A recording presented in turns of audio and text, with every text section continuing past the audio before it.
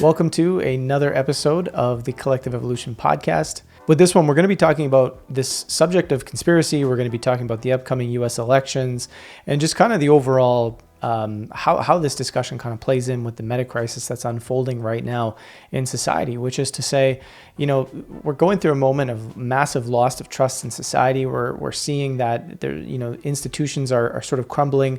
People aren't really knowing where to get their information from. They don't know what's true anymore. They don't know what's real. They don't know how to make sense of things. And this is fair. A lot of us are going through this right now, and it's a very difficult sort of space to navigate as we're making sense. And of course, upon this pedestal is this idea of conspiracy when it comes to that, right? And conspiracy has become a very big mainstream sort of topic, and there's a lot of debate over it. Sometimes it's used as a way of explaining away everything in the world is just one massive conspiracy. And on the other hand, it's like anything that questions consensus reality is a conspiracy, and anybody who doesn't say what we agree with is a conspiracy theorist, right?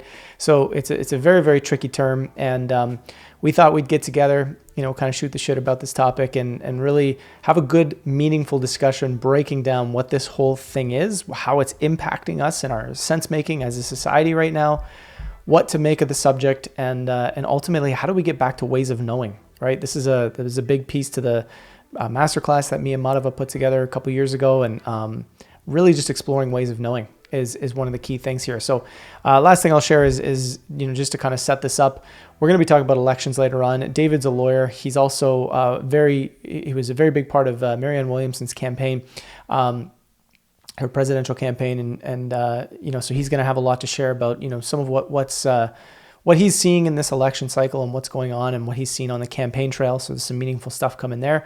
And of course, Madhava is an author, engineer, doctor, anesthesiologist, essentially. And he always has a meaningful insight on everything we talk about. So without further ado, let's jump into this conversation.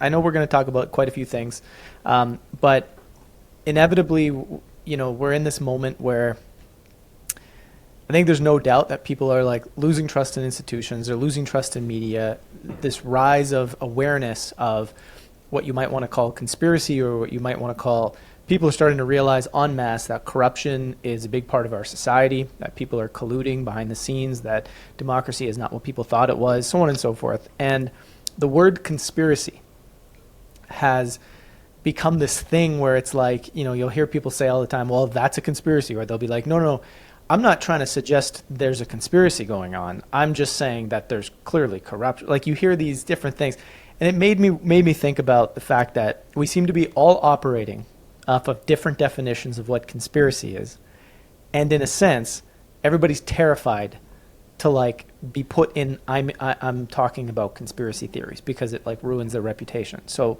my question to start this off is, how do you guys define what conspiracy is? Well, I think, every lexicon would define it the same way. It is the collusion between two or more powerful actors acting covertly. That's basically a conspiracy. David?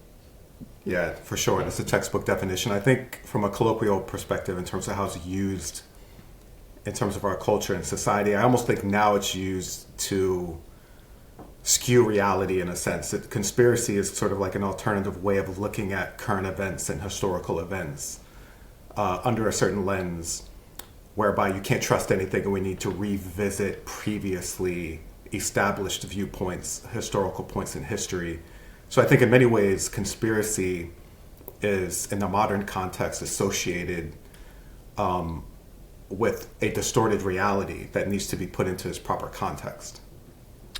Okay. Yeah. And so to kind of keep drilling down on this, I think this is important because a lot of times one of the big details when people are saying, oh, it's not a conspiracy, is they're referring to it's not like there's this, massive grand agenda that's overarching the entire globe and the small group of people are doing something. That's what people seem to be afraid to be associated with, is this idea that there's a grand agenda that's going on, and they define conspiracy as they have control of everything, versus what what we're talking about here, which is you might just have a group of people in a particular instance conspiring, for example, to profit off of vaccines during a crisis, even though those vaccines don't have good results, and they'll conspire to hide evidence, so on and so forth, right? So I'm curious what you guys would add when we bring in that picture of the sort of small group at the top that's controlling the whole world. Well, as Madhava mentioned, the conspiracy does denote that there's some collusion going on, that there are actors who are conspiring together to either deceive a certain population or hide the ball so that they can enact an agenda or create some kind of desired outcome while the actual official narrative hides their plot, right? What do you think, Madhava? Well, first of all, Joe's asked us what do we think about conspiracy? How do we define it? Which is something that is different than what do we think about conspiracy theory. And conspiracy theory, colloquially, and what it connotes today, and you can go to Wikipedia, and what it says is everything that we just said, and there's no credible evidence to support those things. So it inherently means something baseless, a baseless theory, because there's no evidence. And this is why it becomes a pejorative for anyone who thinks those things, because you're just stuck in fantasy, because there's no evidence. And it's interesting because conspiracy theory, it's almost like they're shedding the word theory behind it, and now just conspiracy becomes this baseless thing. Yeah. Which is interesting, right? Because everybody knows there's conspiracies, small ones. And what I think is the most useful thing here is as we identify potential conspiracies of very powerful actors, presumably, like you said, the vaccine industry, for example. I mean, they're very, very powerful. I believe that they are the biggest contributor to lobbyists, more than military industrial complex people, to our government. So these are incredibly powerful institutions. But the more and more we hear about conspiracies, it's not so far-fetched to say, maybe they're all connected. And I, for one, believe, that they are connected. And the way that they're connected is the media, the legacy media. And I would suggest that every large conspiracy has the media, the legacy media, as a participant. And if we were actually going to get anywhere in terms of having a discussion about this, or at least opening our friends' eyes to the possibility that it's not what you're thinking, is to point out how often the media has gotten it wrong and how clearly they are interested in looking away and being complicit. And this is where it gets very difficult for people to accept, because once they start to question their trusted news sources, then they would have to admit that they actually don't know what's going on. If you can't trust the media, how do you even know what's going on, on the other side of town? As opposed to what's going on in Israel or what's going on in Japan or Ukraine. You don't know. And so that's why it's so difficult. For sure. I think to underscore what Madhava was talking about, we can even point to a couple examples, right? Obviously, the lead up to the Iraq War, the whole weapons of mass destruction allegation that Saddam Hussein had these weapons was corroborated by the Washington Post. They put out an entire article. Their editorial board signed off on it, said, yeah, we have clear evidence that weapons of mass destruction exist. Saddam has them. He's going to use them. That precipitated, the public consent, if you will, to bring us into war. A smaller conspiracy, per se, could just be the collusion between people like Francis Collins, the U.S. government, and big tech companies who want to stifle dissenting views on how to handle the pandemic. We all know the story now, which is common knowledge, about how they pretty much suppressed scientific voices that they disagreed with, and they said, hey, we need to remove their platform. That is a small conspiracy. That's a conspiracy to stifle dissent and stifle critical thinking and meaningful debate about what to do when we have a predicament where we require sort of mass mobilization and decision making, right? Yeah, I agree. I'm going to let you talk, Joe, in 1 second. I would have to push back there, which is, I don't think it's a small conspiracy. I think it's an enormous conspiracy. When you're going to suppress debate about these things, especially in a pandemic around scientific discussion, that is an enormous conspiracy. Because science no longer is science. You cannot have science if you don't have debate. That becomes dogma. And I would suggest that, it's possibly the biggest conspiracy is, again, it centers around open discussion and the reporting of news. Like, you can't report things. Yeah. For sure. Let me clarify when I mean small. I'm putting it in the context of a larger conspiracy about the pandemic could be that all of these institutions around the world were conspiring to disseminate and distribute unsafe products. They were all in collusion with it. They knew the products were unsafe. They did it anyway. Versus, you don't even have to accept that to understand that there was a conspiracy at play during the pandemic, whereby you had the NIH, Francis Collins, communicating with government and big tech companies to stifle dissent, to stifle debate. Those are two different things, but they're both conspiracies. One is proven. The other is speculative. So what my point is, people that say, "Oh, there's no conspiracy around the pandemic." Well, you can actually demonstrate how there is a quote unquote smaller conspiracy. Even though I agree with Madhava, it's a huge issue when it comes to freedom of speech, critical thinking, and open discourse. But you don't have to. My point is, you don't have to accept the larger speculative conspiracy to understand that conspiracy is still at play, even on a microcosmic level.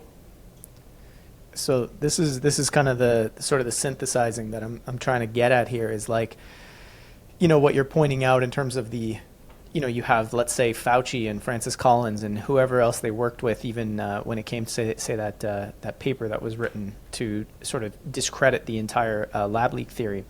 They're conspiring to sort of hide a truth, right? And typically in the past, I mean, mainstream media is not, they've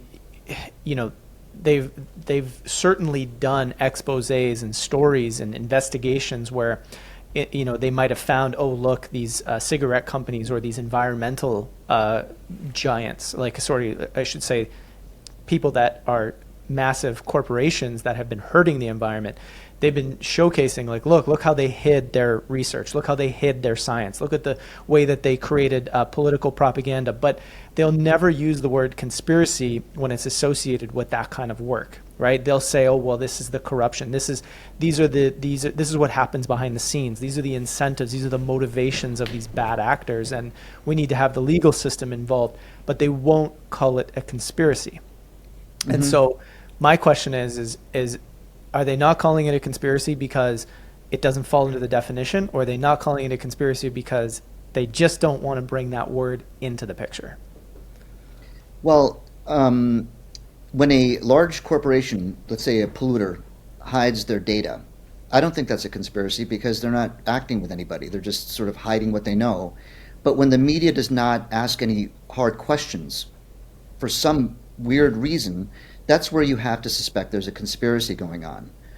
And that's what I'm saying here, is that we can always go back and ask, why is our free press not doing their job? And that is the most important force in a democratic society. Otherwise, we have nothing to hold these powers in check, whether that be the government or these for-profit companies. And when they don't do that, then you have to say, well, geez, why aren't they doing what they're doing? How are they in cahoots?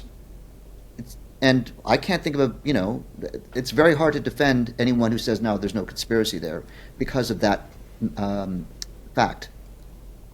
I think there's also an important tradition of the free press holding officials accountable, where there's naturally an adversarial relationship. They're supposed to be probing, asking questions, being investigative, not taking everything they say at face value, essentially being ambassadors and mouthpieces for the government. And that's really what we have, I think, when it comes to obviously big media today, that essentially they're acting as an extension of the government instead of investigating and trying to get relevant information to the people.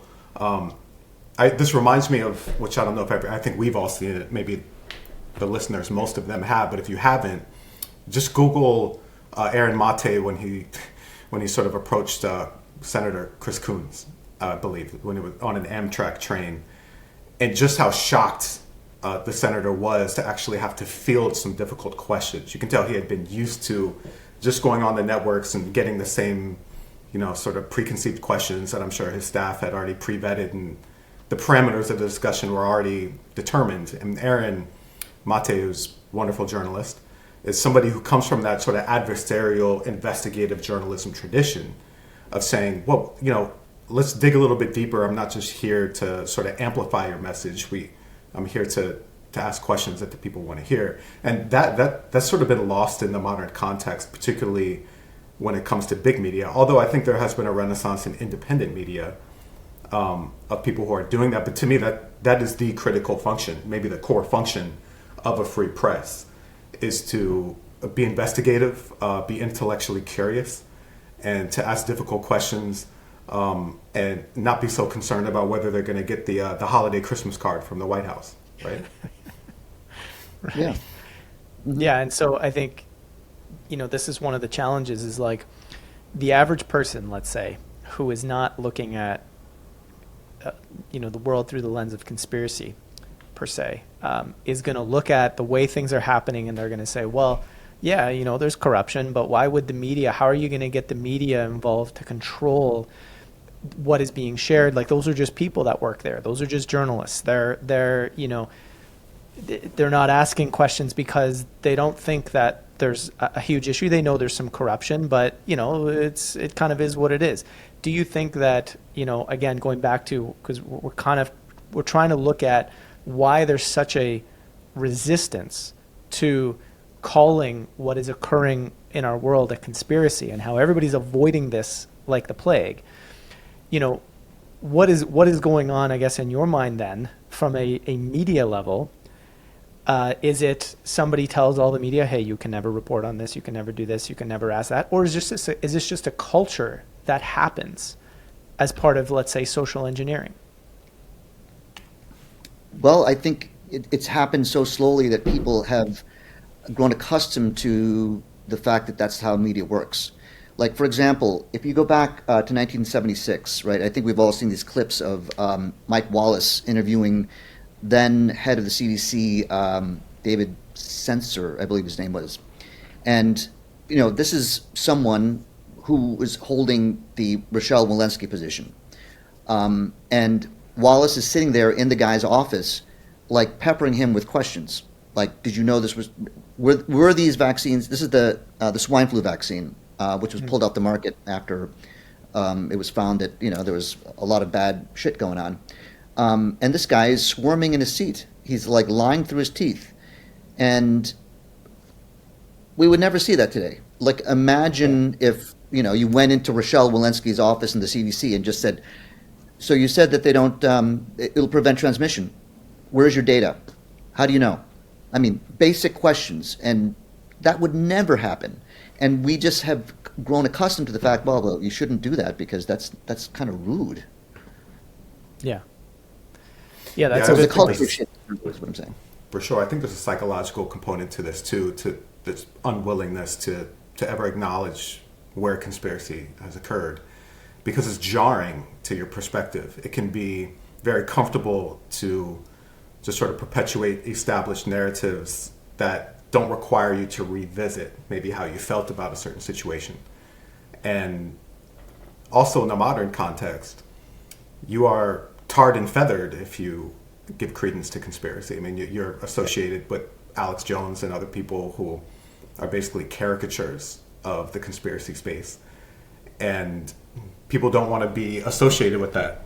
So it's, and also I think it's self-preservation. I mean, listen, in a lot of these established circles, if you give credence to conspiracy, you're not going to get favorable treatment from established circles. So there's a lot of negative connotations with that. There's a lot of things at play here. I do think there's also a dangerous terrain in the conspiracy space, because in some ways you can trade one critical thinking problem for another, meaning that there's sort of a tendency amongst many to always just take whatever the New York Times or CNN or Fox or whoever your mainstream media source is, take it at face value and say, yeah, that's what I'm going to run with. That's my understanding of the world is based on their reporting. Alternatively, people could just look at the world as everything's a conspiracy. I don't actually think there's a legitimate event that takes place where mainstream media has reported that's actually true. I think 100% of what's reported in the mainstream media is false. And that's another critical thinking crisis. So I think the terrain today with conspiracy is such a charged term. And I actually would argue that there's increasingly more conspiracies occurring in the modern history that make it so that the average person feels like a hanged man, upside down, trying to make sense of the world with so many competing narratives flying at them, so many, basically it's a buffet of media on YouTube. You can go and sort of search for whatever perspective you want to hear out, and it will confirm your bias if you have a bias. So it becomes so much more challenging today to find objective capital truth. And, we could argue why that is, but, I think for many, the average person, the reluctance to even talk about conspiracy is because of how they see they'll be cast aside by society and established circles. Yeah. It's certainly become a word used to insult people, used to, cause people to ignore things. And that, I think that has also emboldened people who do see that there is conspiracy that exists in the world. However, to your point, David, sometimes that does go overboard, and then everything becomes conspiracy, and sense making goes out the window, and now the conspiratorial view becomes almost ungrounded in its own way. And I do wanted to get into that, but I kind of want to bring in the conspirituality book. I know it's a book and a podcast. I know, Madhava, you just wrote an essay on this, and why I think this is relevant within this conversation is here's a group of guys, 3 guys that have come together to essentially try and address this phenomenon that they're identifying as this intersection between, spiritual and spiritual growth, and what they kind of refer to as kind of this new age religion, and conspiracy. And so they're calling it conspirituality, and it's almost like it's this intersection between a spiritual drive to, foster a new spiritual paradigm, and focusing on these evil forces that are running the world, and how those two are intertwined. And this is their perspective from what I gather. And Madhava, I'm curious, because there's quite a bit to talk about with this particular thing, especially as it relates to conspiracy. But please let me know, did I frame what they think about this conspirituality definition? Did I frame it correctly there? Yeah, I think you did a pretty good job. Just to add to that, I think what they're saying here is that conspiracy-based thinking is a cult. And this is why people in that space, the New Age yoga kind of spheres out there, are particularly prone to that kind of thinking, is because those guys, there's lots of cults out there, and therefore they are susceptible to that kind of thinking. That's basically what they're saying. Right. Which, okay, so there's some truth to that. Mm-hmm. Yeah, they're kind of posing this as a cult, and yeah, I do think there is truth to it. And I want to kind of, before we dive into the essay and some of the pieces, I want to go back to kind of where this all began in terms of how there was some tension that started to build between conversations that we were all having on Instagram and their take on things, and it related to a patent with Microsoft. Bill Gates is Microsoft there, and the patent was around. And I'm giving this example because I want to be as specific and real as possible in terms of how to frame all these ideas as we talk about the world. So essentially, this patent, you were posing this idea that this patent that Bill Gates, Microsoft was essentially filing for, and that they had, allowed them to have technology where they could essentially measure body activity. And the body activity would be anything from radiation emitted from the human body to brain activities, body fluid flow, blood flow, organ activity, body movement, eye movements. All these things could be tracked with their technology and sent back to a server, and then who knows what they're going to do with that data. And you were suggesting, as was, I think, Vandana Shiva, you were suggesting this idea that this could be used for nefarious purposes. And if I remember correctly, it was Julian Mark Walker, was it Remsky, who thought this was just absolutely absurd to see that this could be used as nefarious purposes. I'm curious if you could unpack that situation here. Well, interestingly, this exchange happened on social media, on Facebook. We were both friends with, interestingly, one would call a spiritual leader, if you will, who was very popular. I'm not going to say their name. And Julian Mark Walker was attacking Vandana Shiva, who is a scholar in my book, a philosopher, published more than a dozen books. She's an anti-globalist. Anyway, his attack came upon her like, oh my gosh, she's lost her mind. Look what she's saying about this patent, which is basically just harmless technology. And and he said that he read the patent and he can confirm that it was nothing.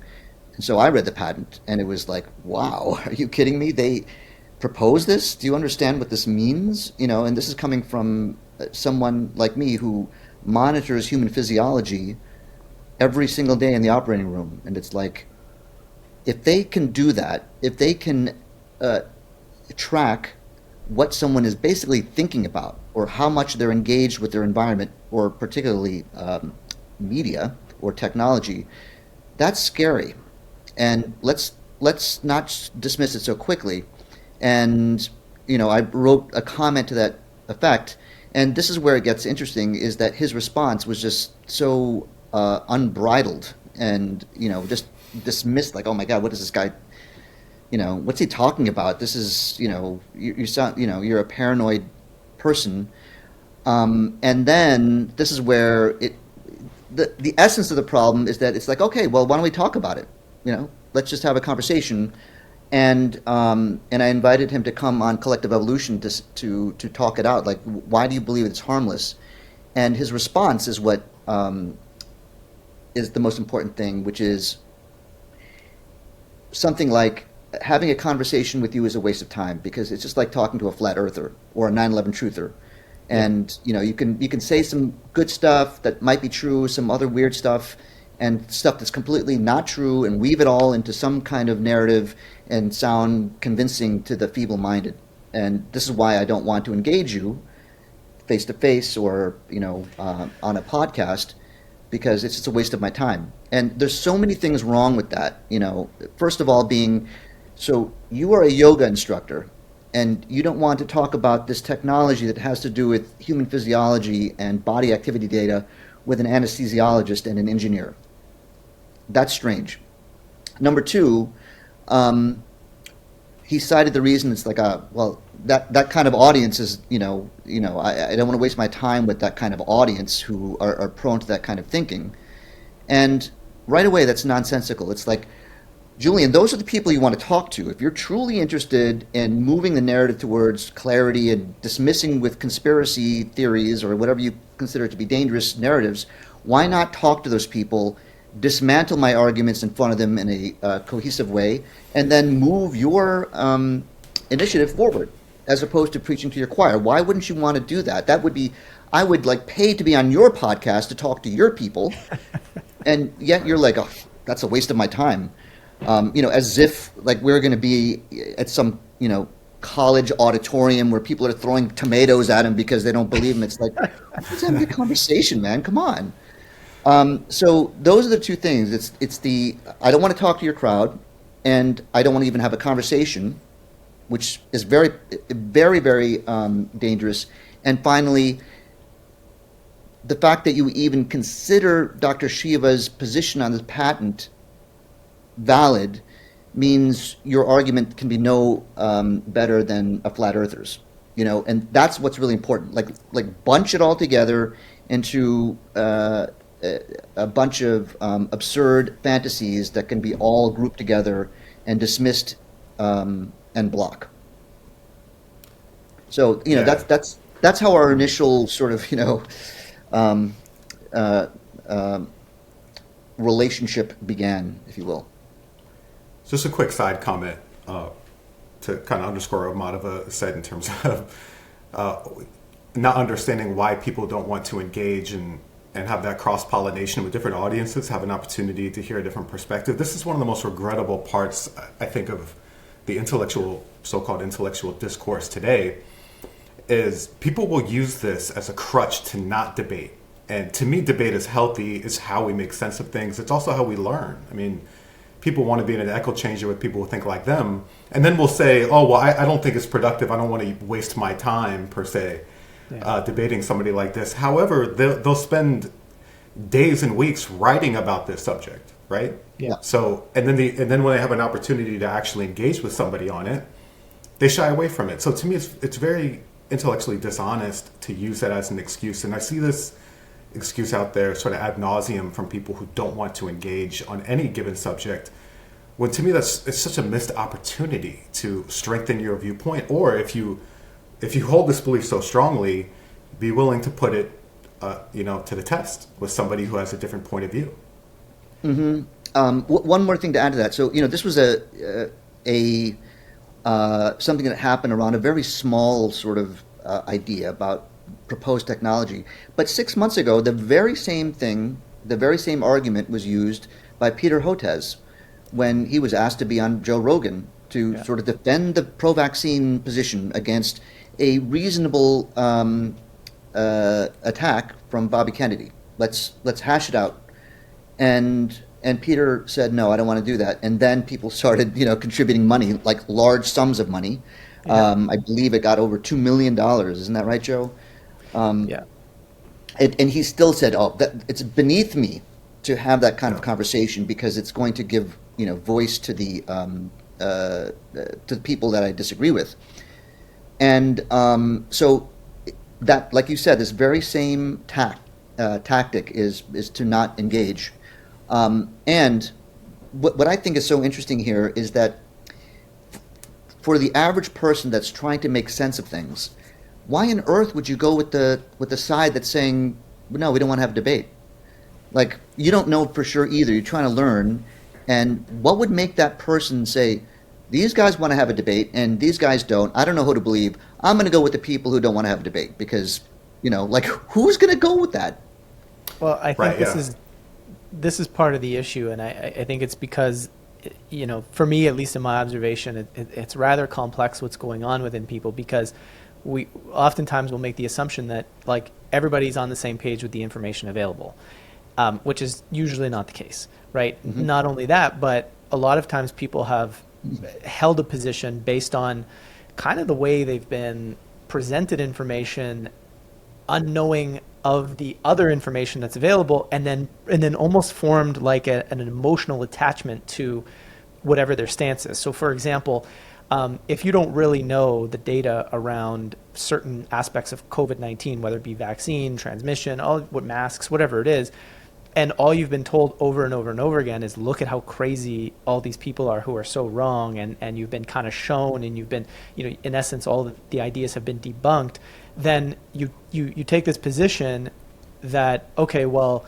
anybody who's actually still believing this stuff is crazy. Like they must be crazy, right? And so there's this cultural, like, why should I give my time to the crazies? Which is why character assassination works so well, right? And so I do think there's a large chunk of people who are literally just operating off of the result of character assassination. Now, why I kind of bring this up and talk about this situation is because, like you guys were pointing out, like coming together and having dialogue is so important. But the conspirituality guys, this is what I find fascinating.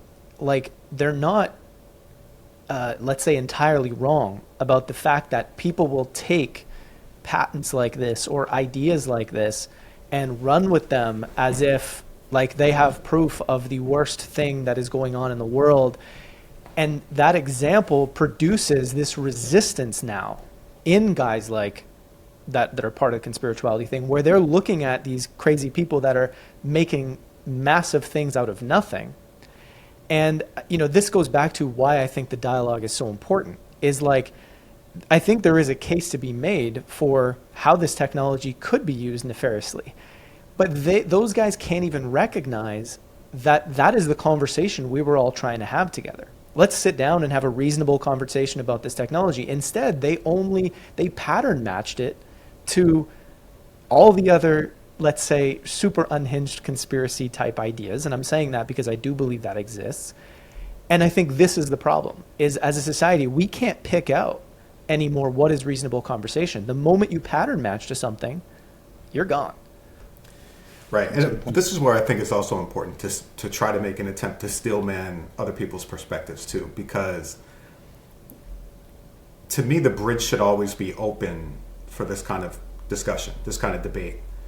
And sometimes half the battle is getting away from sort of the sophomore petty character assassinations and even showing a basic respect for the other person. Just saying, okay, yeah, I disagree with you, but let's get into it, as opposed to the attacks you often hear now. And one that's going on now is Jimmy Kimmel versus Aaron Rodgers, right? Like they're just throwing personal insults at each other, and nobody's and it's everyone's talking about it in the media, but there's no attempt for them to like actually get together and resolve and go through kind of a dispute resolution process. But to me, the onus is on the established circles. If you're representing an official government position, and you're also on Twitter all day, like Peter Hotez is, lamenting about misinformation, but then when you have an opportunity to address that so-called misinformation, and you say, "Oh, it's beneath me," but it's not beneath you to tweet about it all day.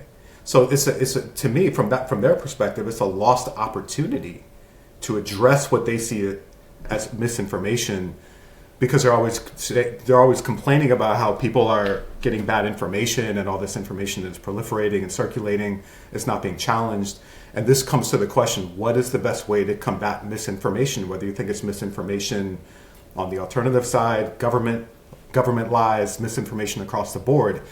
Is it to say, no, we're not going to engage with it because that legitimizes and gives it amplification?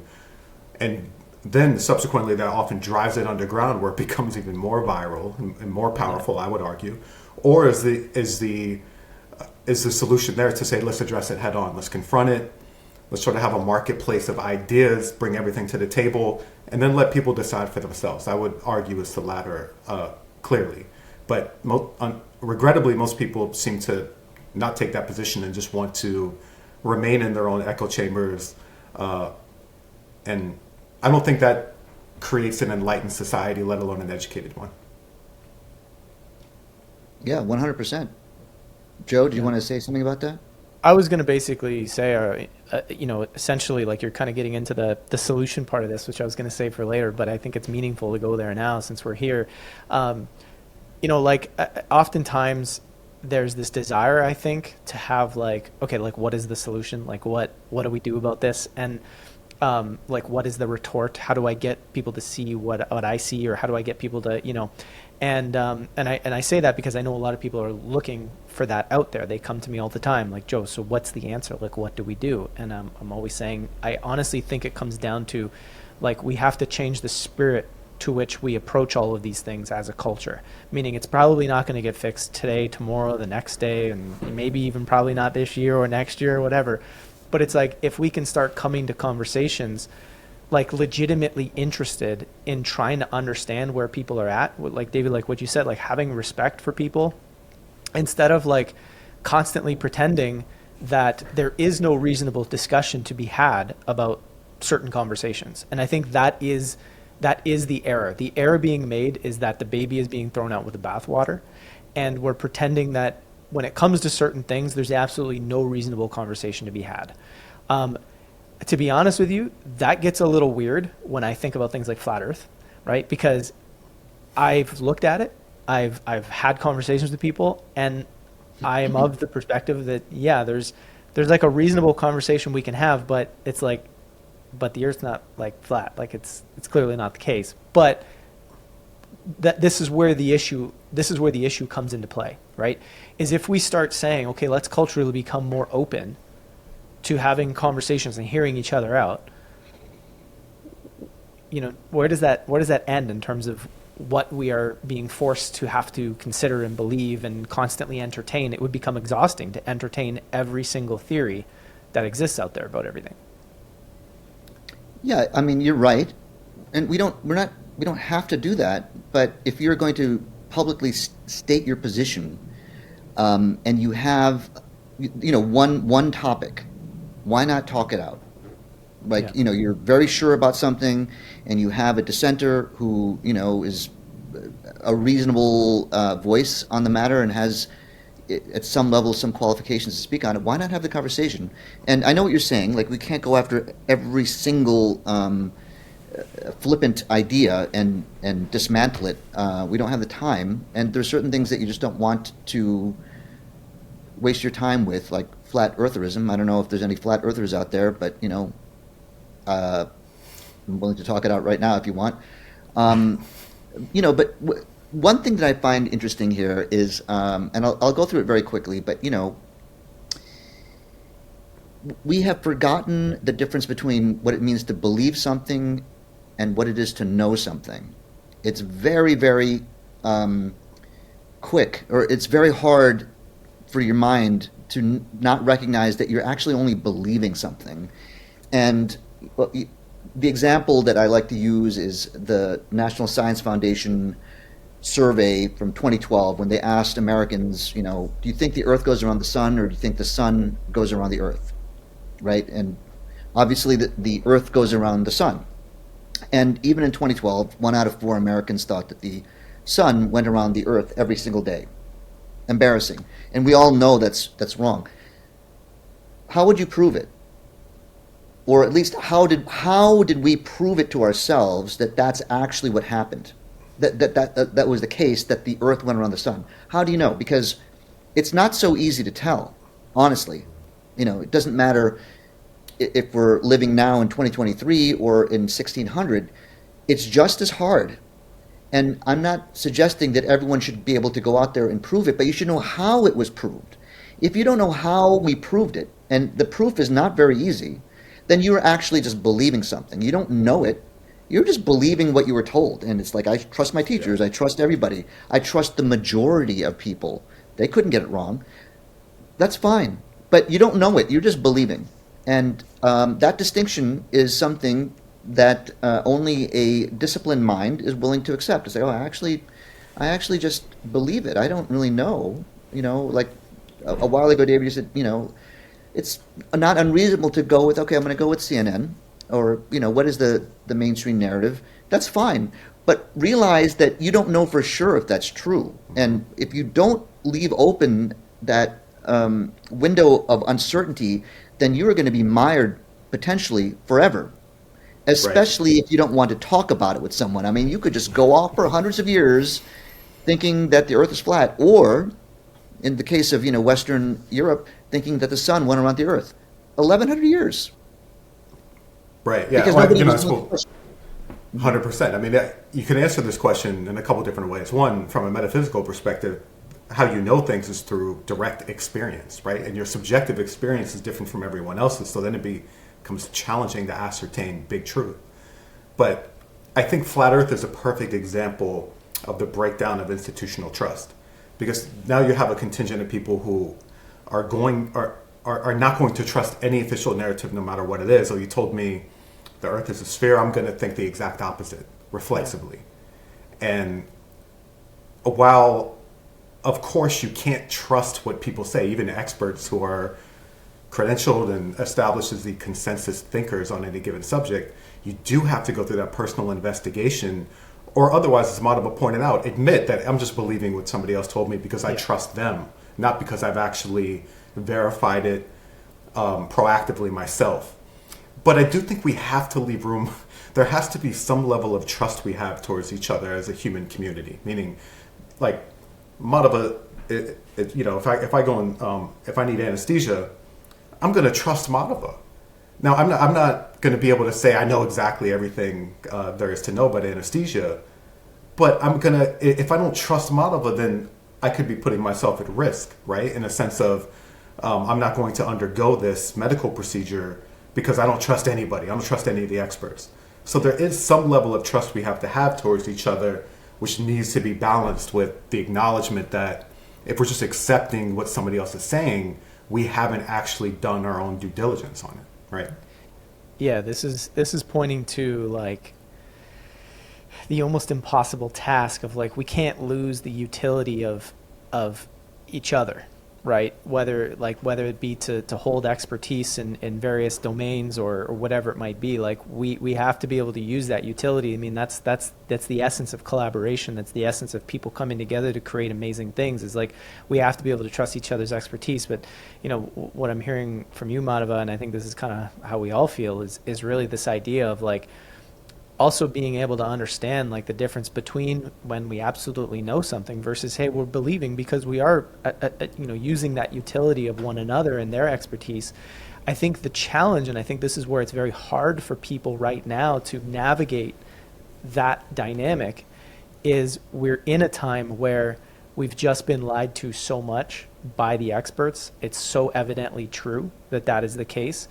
And we've been lied to so much by institutions that we're supposed to trust that now it is so hard for people to navigate that utility in a meaningful way.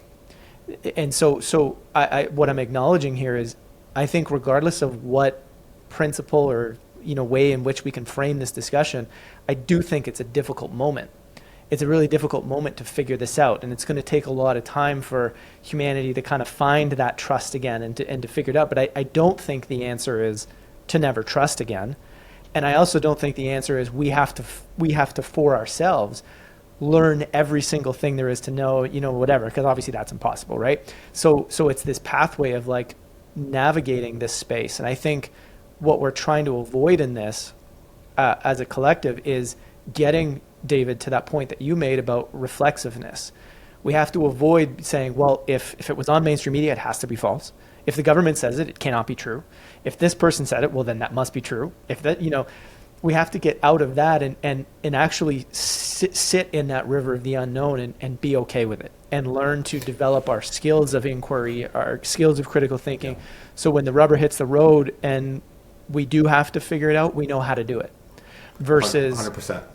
We don't know how to do it and we're just going to go on believing whoever we choose to believe. Yeah, I actually think starting a conversation with "I don't know" is a good place to start, especially if you haven't really looked at it on any given subject, right? Because if you think you have it all figured out, obviously you haven't.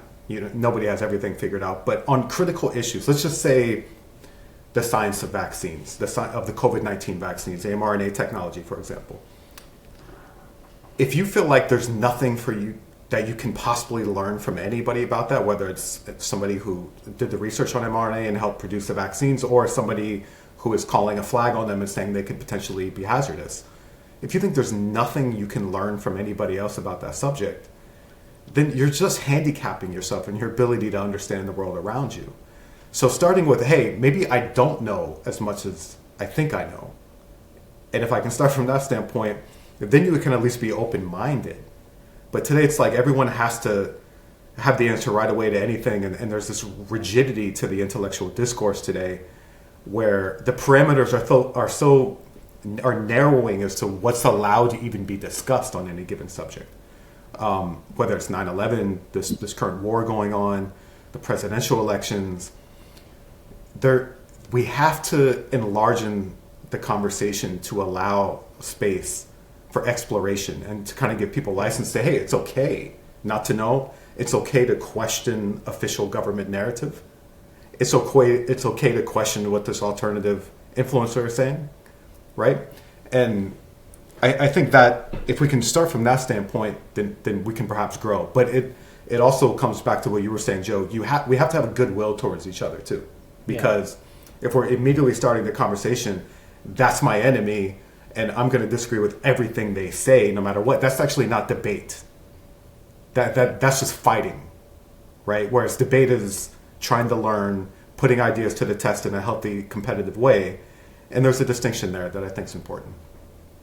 So, David, you brought up a very critical point here. Is why, like, you're pointing at a widespread erosion of our ability to make sense and our desire to know, like curiosity, like what happened to it. And I will cite this as an example, which is most Americans were told to get the mRNA shots because they were 95% effective. And I will guarantee that most people who got the shot, so we're talking about all kinds of people from, all walks of life, most of them didn't know what 95% effective means. And the reason why I'm saying this is that I've asked people in the medical profession, what does that mean? And they don't know what it means. I would suggest that most Americans thought that 95% effective means there's a 95% chance I won't get COVID if I get the shot. That's not what it means. It's not what it means at all. And or when I ask physicians, what is the number needed to treat based upon the trials? They don't know. They really don't know this basic metric of a preventive measure. Why is that? This is what the problem lies. Because if we were all really interested in knowing, we would make sense of this very quickly, and we would see that we are being misled. Of that, there is no question. And I don't know. I've been thinking about this for a long time. How do you encourage curiosity? Is it an innate part of who we are as people, as individuals? Some people are just innately curious. Others just don't care. And it's like, why would I need to know? And the only thing that I can point to is I don't know how to encourage curiosity, but I definitely know how to suppress it. And that comes from fear. If you are fearful, you don't want to know. You just want to be saved. You want to be protected. And that was used with great efficacy, if you will, against the American public. It's it's an existential threat to you and your family, and this is not the time to ask questions. And that works to suppress it. Yeah. Yeah, I mean, that's well said. And I mean, these are interesting philosophical questions around, the innateness of curiosity. And, I definitely venture to say that I think all of us, when you look at children, and all children seem curious, all children seem imaginative and want to play. And somewhere along the lines that, that goes. And maybe that's societal design, maybe that's human design. I kind of think it's more societal design, personally. But you make a great point about fear, right? And to add to that, I would just say too that the general societal design is putting such a great amount of stress on people, regardless of the pandemic, right? Regardless of an apparent enemy that's out there. There's so much stress that is upon people every single day that the priority of curiosity is not as, let's just say it's not as efficient, right? Like, it's not that it's not there. It's not like there's no curious people out there during times that are not a pandemic.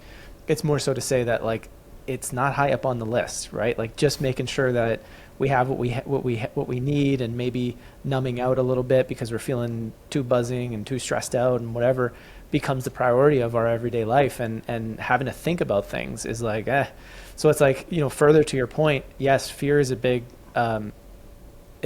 piece to the puzzle, but it's also the ways in which we've made life so, let's say, difficult to just get your basic needs met is going to make curiosity a very low priority. And if I was a powerful person and I had the intent of maintaining that power, I don't even need to feel as though I want to kill all those people. I just need to feel I want to maintain my power. And we see this all the time in politics, right? People will manipulate the truth. They will be non-transparent in order to maintain their power.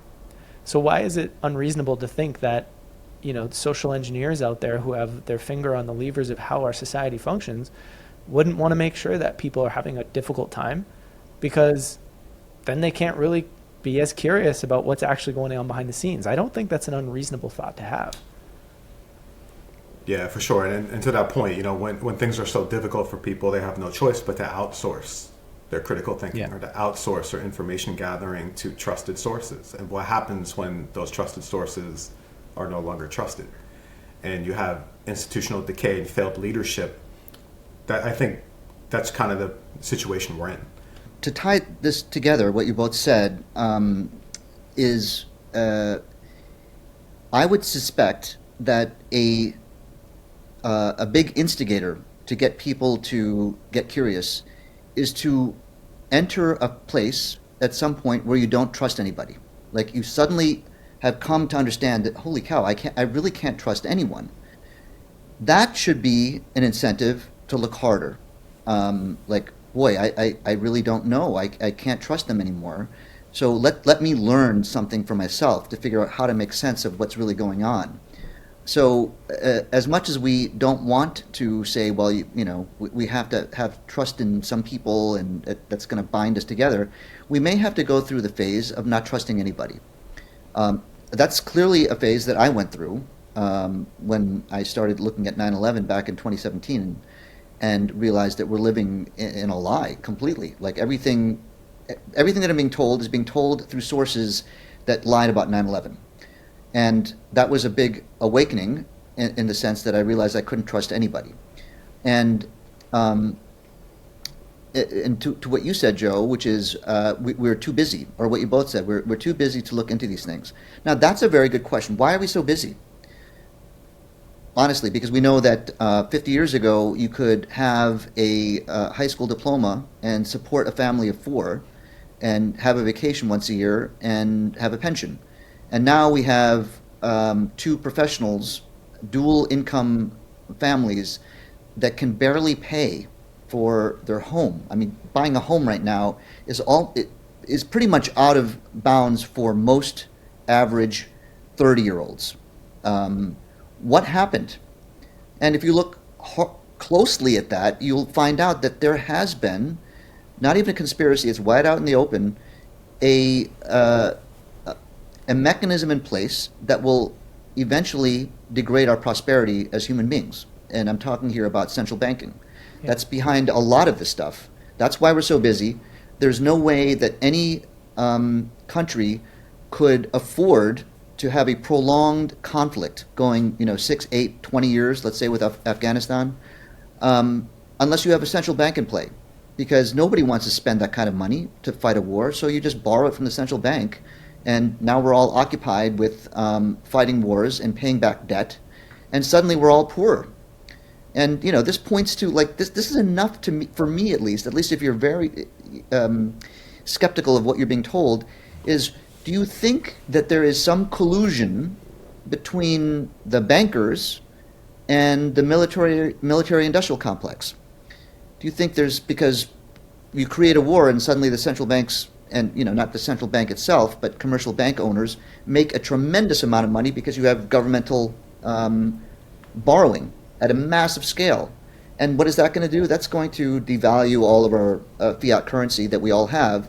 And suddenly, you create this money and you pin the minimum wage at a certain level that does not reflect the inflation rates or devaluation of the currency, and you've created an entire massive group of people in poverty or close to poverty. That's what's happening.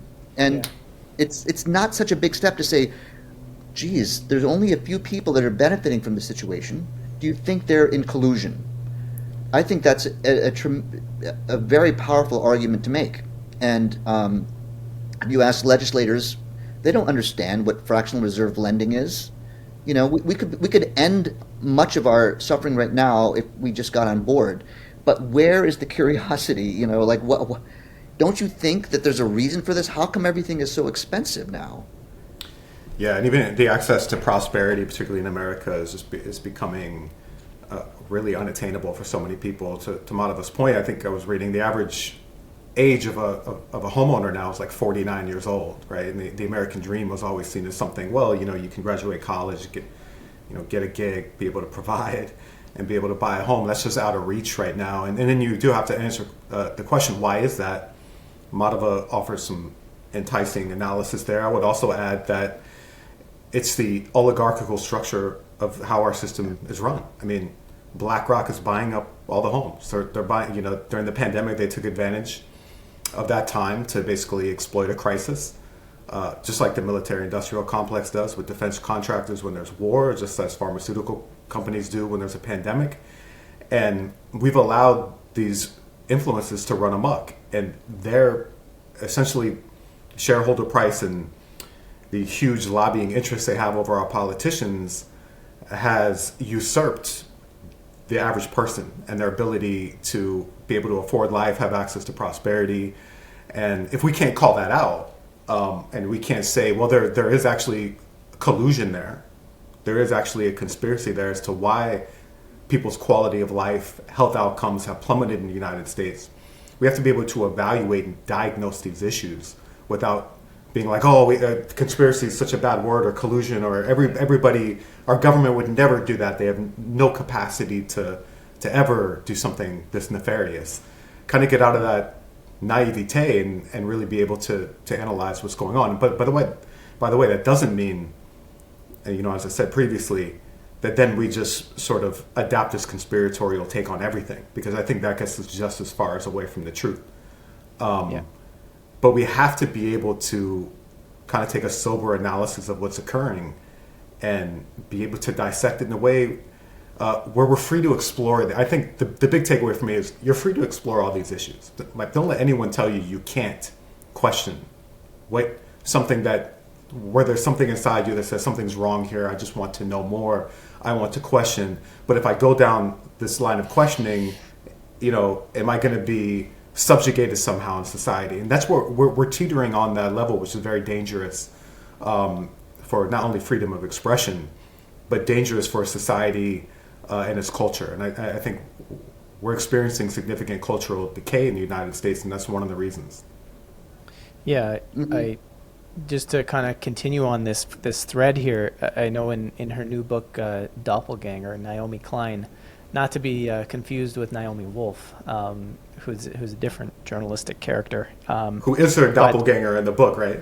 Yeah. Right. But it's funny because, Naomi essentially says when it comes to conspiracy, it just distorts our ability to make sense. And instead, you can explain everything that's happening in the world with rigorous economic and geopolitical analysis. And what I find fascinating about that is, again, it's like this allergy to just using the word conspiracy. Because if you were to look at, what is happening, everything you guys just described between, BlackRock buying up all the property and, probably them having, political relationships that allow them to do certain things. And you see, you just see this all over the place.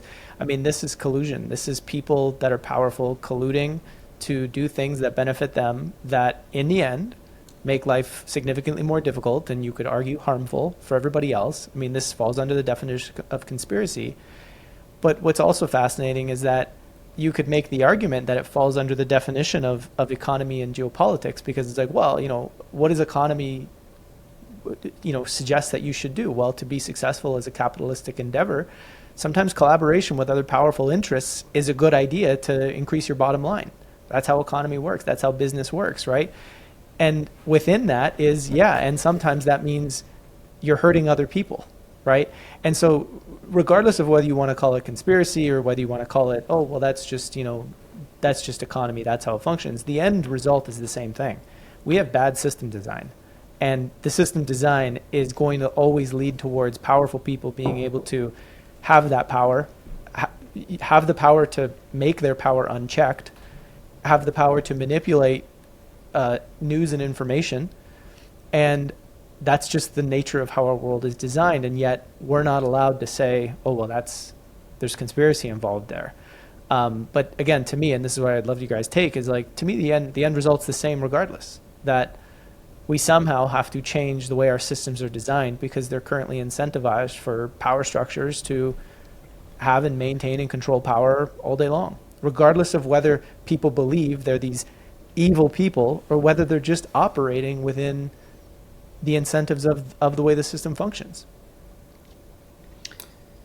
Well, I think the place to start is an indictment of legacy media. Whether it's, these are the natural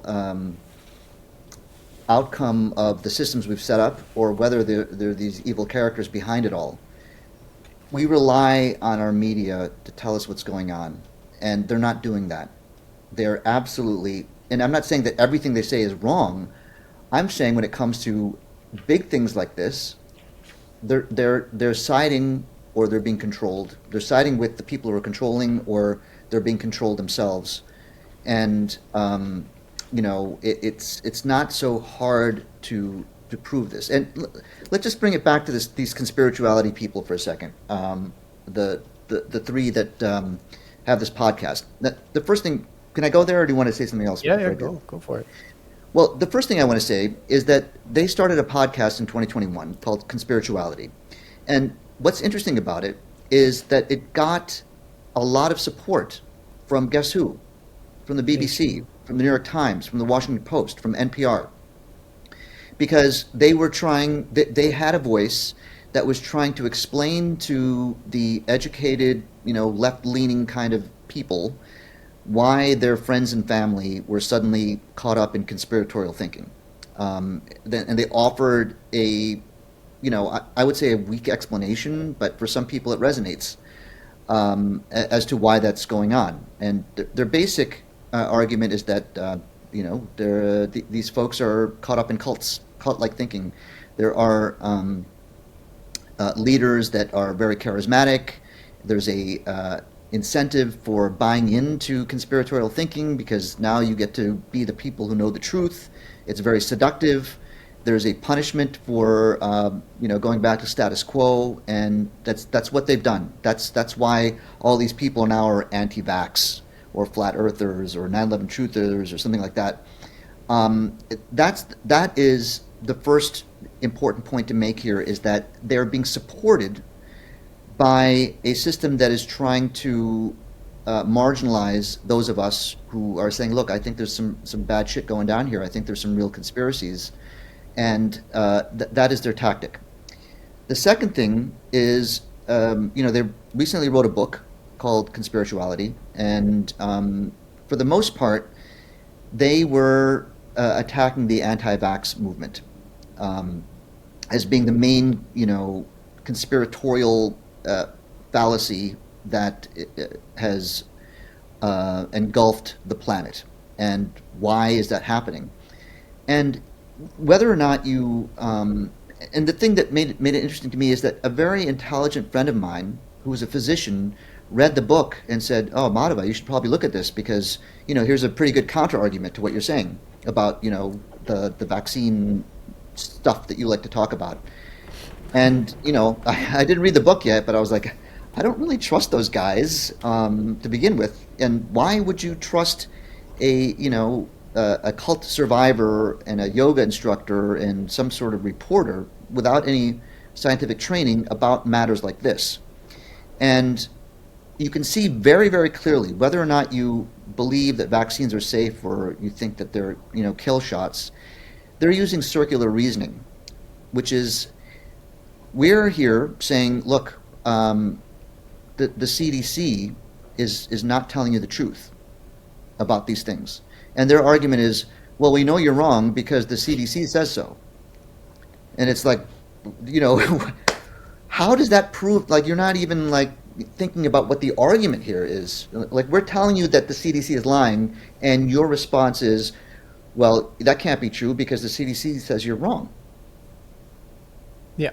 It doesn't matter what you believe about. That's the. I mean, I'm not aware of the book. That's their argument.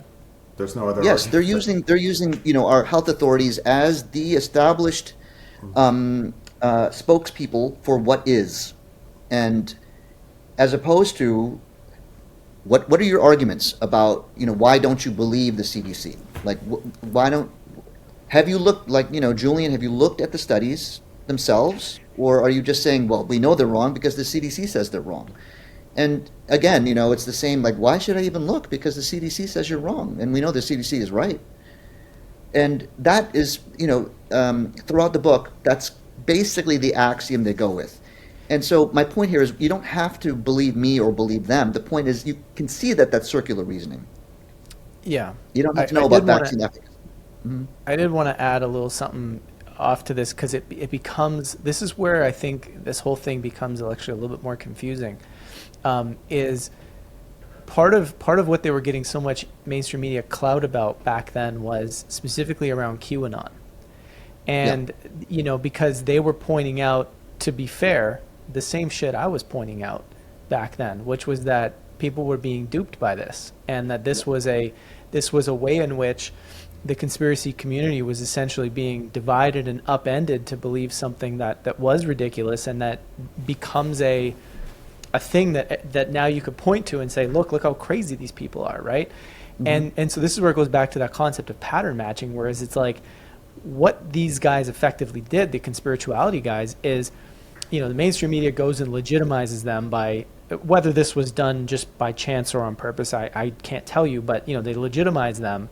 But then QAnon becomes the permission space to then annihilate anything else that is coming from a conspiratorial type voice, regardless of whether it's reasonable or not. And this is what I brought up at the beginning of the podcast that I think is so concerning, is that I don't know if Remsky and these guys and are the conspirituality guys. I don't know if they actually believe what they believe, or if they're just stuck in defensiveness mode. But they clearly cannot seem to tell the difference between QAnon and reasonable, objection to official narratives. And this right. To me is the crux of it. Yeah, because I would 100% agree with our take on QAnon. As you know, QAnon to me was a psychological operation, and essentially people got duped, just like people get duped by mainstream narratives. Just because something is alternative or conspiratorial doesn't mean somehow it's impenetrable to manipulation and deception.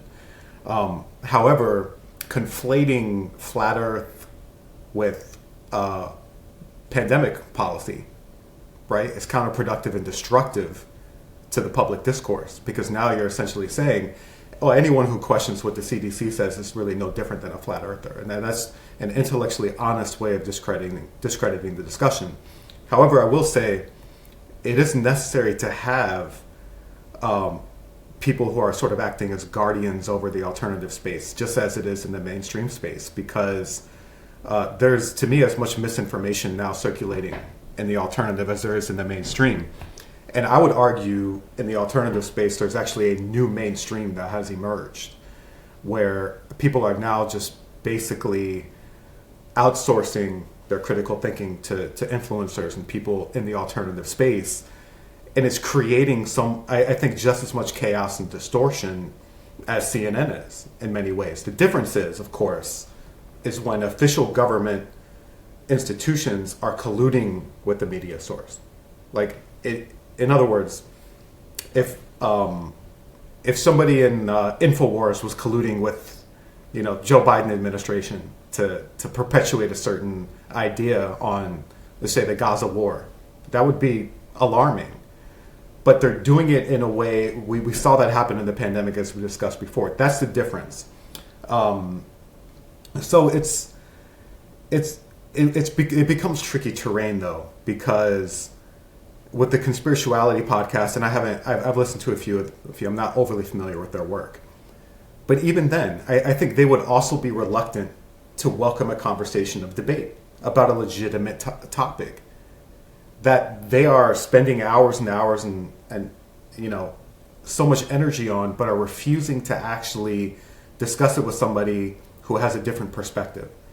And I just don't, it's just a missed opportunity, because I would argue if the Conspirituality guys sat down with you both, it would be a fascinating conversation that both audiences would benefit from and would walk away from thinking, they actually had some points that I hadn't thought about before that I'm going to synthesize into my conception of what I think is happening. And I'm actually thankful for that debate, because otherwise I wouldn't have been exposed to that perspective. And this is where there's an education crisis. I think so much of our education is about reciting and memorizing, as opposed to, questioning something from a critical thinking perspective. And I don't know what your formal educational experiences were like, but there were very few professors I had throughout, undergrad and law school who were actually encouraging people to look at things from a critical perspective, as opposed to, just tell me, are you able to robotically recite what I want you to memorize for this test? And that's a crisis in our education as well. Yeah. Yeah, I think there's this conversation reminds me of a conversation I was having the other day about going through the exercise of analyzing world events and seeing if we can extract some kind of consensus amongst people who have completely different viewpoints. And let's take the deep state, for example. It's not controversial to say that there is always a shadow council in any government administration, meaning there's always somebody who's not elected or a council of people who are advising a president or a leader. And, with President Lincoln, it was sort of a rival of people from the North and South, all these different viewpoints. They weren't necessarily elected, but they greatly influenced Lincoln. This has happened in almost every administration. There's nothing necessarily nefarious about that until that shadow government is steering the country into a destructive path, right? Because you would hope that there would be a shadow council that would be full of wise elders that were essentially saying, hey, let's think about this from a standpoint of abundance and coming to the aid of humanity, as opposed to let's conspire together to create more war and destruction. Likewise, it brings me back to what you mentioned about Naomi Klein, Joe. What's interesting about her new book is if you contrast that with the previous book she did, which a book I read and really enjoyed, which was The Shock Doctrine, which was essentially about how governments will use a crisis and exploit it to either manufacture consent from the public or to carry out some ulterior motive that they want to carry out using a huge crisis to enable that. And that's a conspiracy in itself. So even Naomi Klein would admit some level of a conspiracy there. However, I think what she was getting at, to try to stillman where she's coming from, is that there are enough conspiracies in the world without inventing them. And I think we could even bring this back to the pandemic, where there was enough shady things going on, if you really analyze the pandemic, that we can actually address and unpack. Why is it even necessary to go off into sort of this fantastical line of thinking to where everyone who took a shot is somehow going to suffer cardiac arrest as a proximate cause of the vaccine? There's enough going on with myocarditis. There's enough going on with collusion and dissent of scientific debate.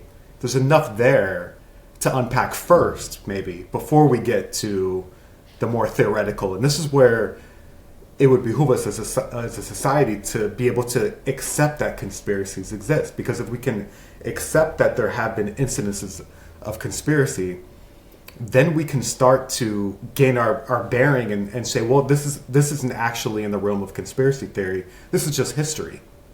Yeah. This is just what happened. So now we can kind of anchor from that and come to a standpoint where let's take things on a case-by-case basis now, with the understanding that some events that have happened throughout history have been manipulated. Some have actually been legitimate. There's no conspiracy to them. It's just what was reported, what was actually what happened. And get to a point of individuation of events where we can take it case by case, as opposed to, I'm coming from this from a conspiratorial point of view, or I'm coming from this from a Democrat point of view, or a grounded point of view. We're the adults who never give any credence to conspiracy because we're the ones who are balanced. That in itself, I would argue, is sort of a distorted point of view that is not taking reality into context. So, I mean, I got off on a tangent there, but what are your thoughts on that? Yeah, go ahead, Joe. I was just going to say I have an interesting little segue that will throw things back to you, Madhava, here with regards to that, which is you wrote in your essay about the conspirituality thing. And I'll contextualize this by saying, we've obviously been pointing to the fact that we can be duped by the mainstream narratives, and we can be duped by cults, and we can be duped by alternative narratives. And you wrote in the essay, how do you know that you've been duped? How do you know if you've been duped again? And how do you know if you were? Do you know what I'm saying? Like you were saying, how would you know that you've been duped, and how would you know if you're not being duped again? And I'd be curious if you can kind of expand on that as it relates to this discussion here. Well, that statement was made in reference specifically to being duped about our pandemic response. And what I was saying here is that if you really want to know, you're going to have to look at both sides. And what we've talked about before, Joe, like a couple of years ago in our masterclass, is as an exercise, argue the opposing position. Can you actually state what they're stating and put together what they're saying based on their citations? They don't, you don't have to believe in the citations, but can you make the argument that they're making, or are you just dismissing it because you just know they're wrong? So, in order to make, if they were truly interested in getting to the bottom of things, they would have to say, okay, well, let's look at the evidence that the so-called anti-vaxxers are bringing forward, and dismantle that. If you can't do that, then you don't know if you're being duped or not. And if you're not willing to do it, you could be duped for a long time, a very, very long time. And each one of these points, let's say we look at the pandemic response, or we look at central banking, or we look at 9/11, or even October 7th, the misdirection around those things. All of those things have an element of uncertainty. We don't know for sure. And so the wise and intelligent approach to these things is to create, try and connect the dots in some way. It's like, how is it possible that all of these things are happening? Does it make sense that they are? What is the overarching, mechanism in place that would make sense of everything that I'm seeing? And it has some parallels with what was happening 400 years ago in Italy. This whole Earth and stars and stuff. And I'm going to explain this very quickly. If you looked outside your window, the sun and the stars and everything are going around. It seems like they're going around the Earth, right? But if you look very, very closely, you would notice a couple of things. One, the sun is higher in the summer than it is in the winter. We all know that, right? The only way that could happen is that if the Earth is here, the sun must be going down in a helical fashion all the way down for 6 months and then coming back up. That's fine. So let's just say that the sun does that it has to do that if you're going to go with the Earth-centered view. What about the stars? How come some constellations are visible in the summer and some are visible in the winter, if the stars are also going around the Earth too? Well, it means that the stars are going around slightly slower than the sun. And so over the course of the year, the sun hides certain constellations. Nothing wrong with that. Okay, let's just say that's what happens. Why are the planets sometimes going back and forth? The retrograde motion. It's just what they do.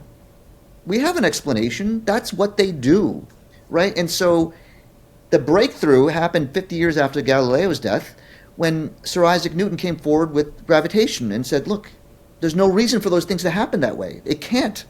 Because you know that how particles move in the universe, it's predictable, and your entire system of looking at things is wrong, because we know that gravity is definable and defines how everything moves. And suddenly, now you have the model that works. So it had nothing to do with what you saw. It had to do with the fact that someone had to come through with a breakthrough that says, that's not the way things move. We know they don't move like that. And it poses the question right now, which is, what is it going to take? Where is the truth going to come from? Because we can all look at all of these things with the perspective of, there's no conspiracies here. This is just, it's just the way things are. There's no nefarious people in the background that are pulling the strings. This is just the way it is. What is it going to take exactly? It's a question for the audience and for you guys. I mean, is there a possibility?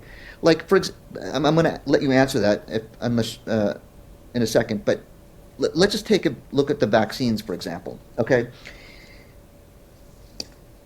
The vaccine manufacturers are indemnified from any liability from vaccines. That's the first thing. The second thing is, they are not indemnified with regards to medicines. If some bad shit happens from their medicines, it gets pulled off the market, they've got to pay reparations for the injuries they've caused. This happened many, many times in the past, billions of dollar payouts based on medicines, not vaccines. And the third aspect is that these are for-profit companies, right? We know that if Alberta, what's the guy's name? The Moderna guy, or whatever, the Pfizer CEO, if he shows up at his board meeting tomorrow and says, hey, I had this crack team working on diabetes, we can cure it in 5 days. Nobody will have diabetes. That dude will lose his job the next day. Why would Pfizer or any vaccine manufacturer want to cure people in a week if the people will buy medicines for the next 60 years to put band-aids on their chronic illness? So most people would agree, and we know that it's a for-profit organization, undisputed. We know from the National Vaccine Injury Act of '86 that they can't be sued. Only the government can be sued. And we know that they can be sued for bad medicines. What do you think the model is going to be? Like, honestly, right? I mean, you would have to show me an enormous amount of proof that would demonstrate that there isn't, because of the incentive to make vaccines kind of work and also cause side effects, that would be the most profitable strategy for a profit making organization. That's what you would do. You would say, okay, I can make vaccines that can't be sued.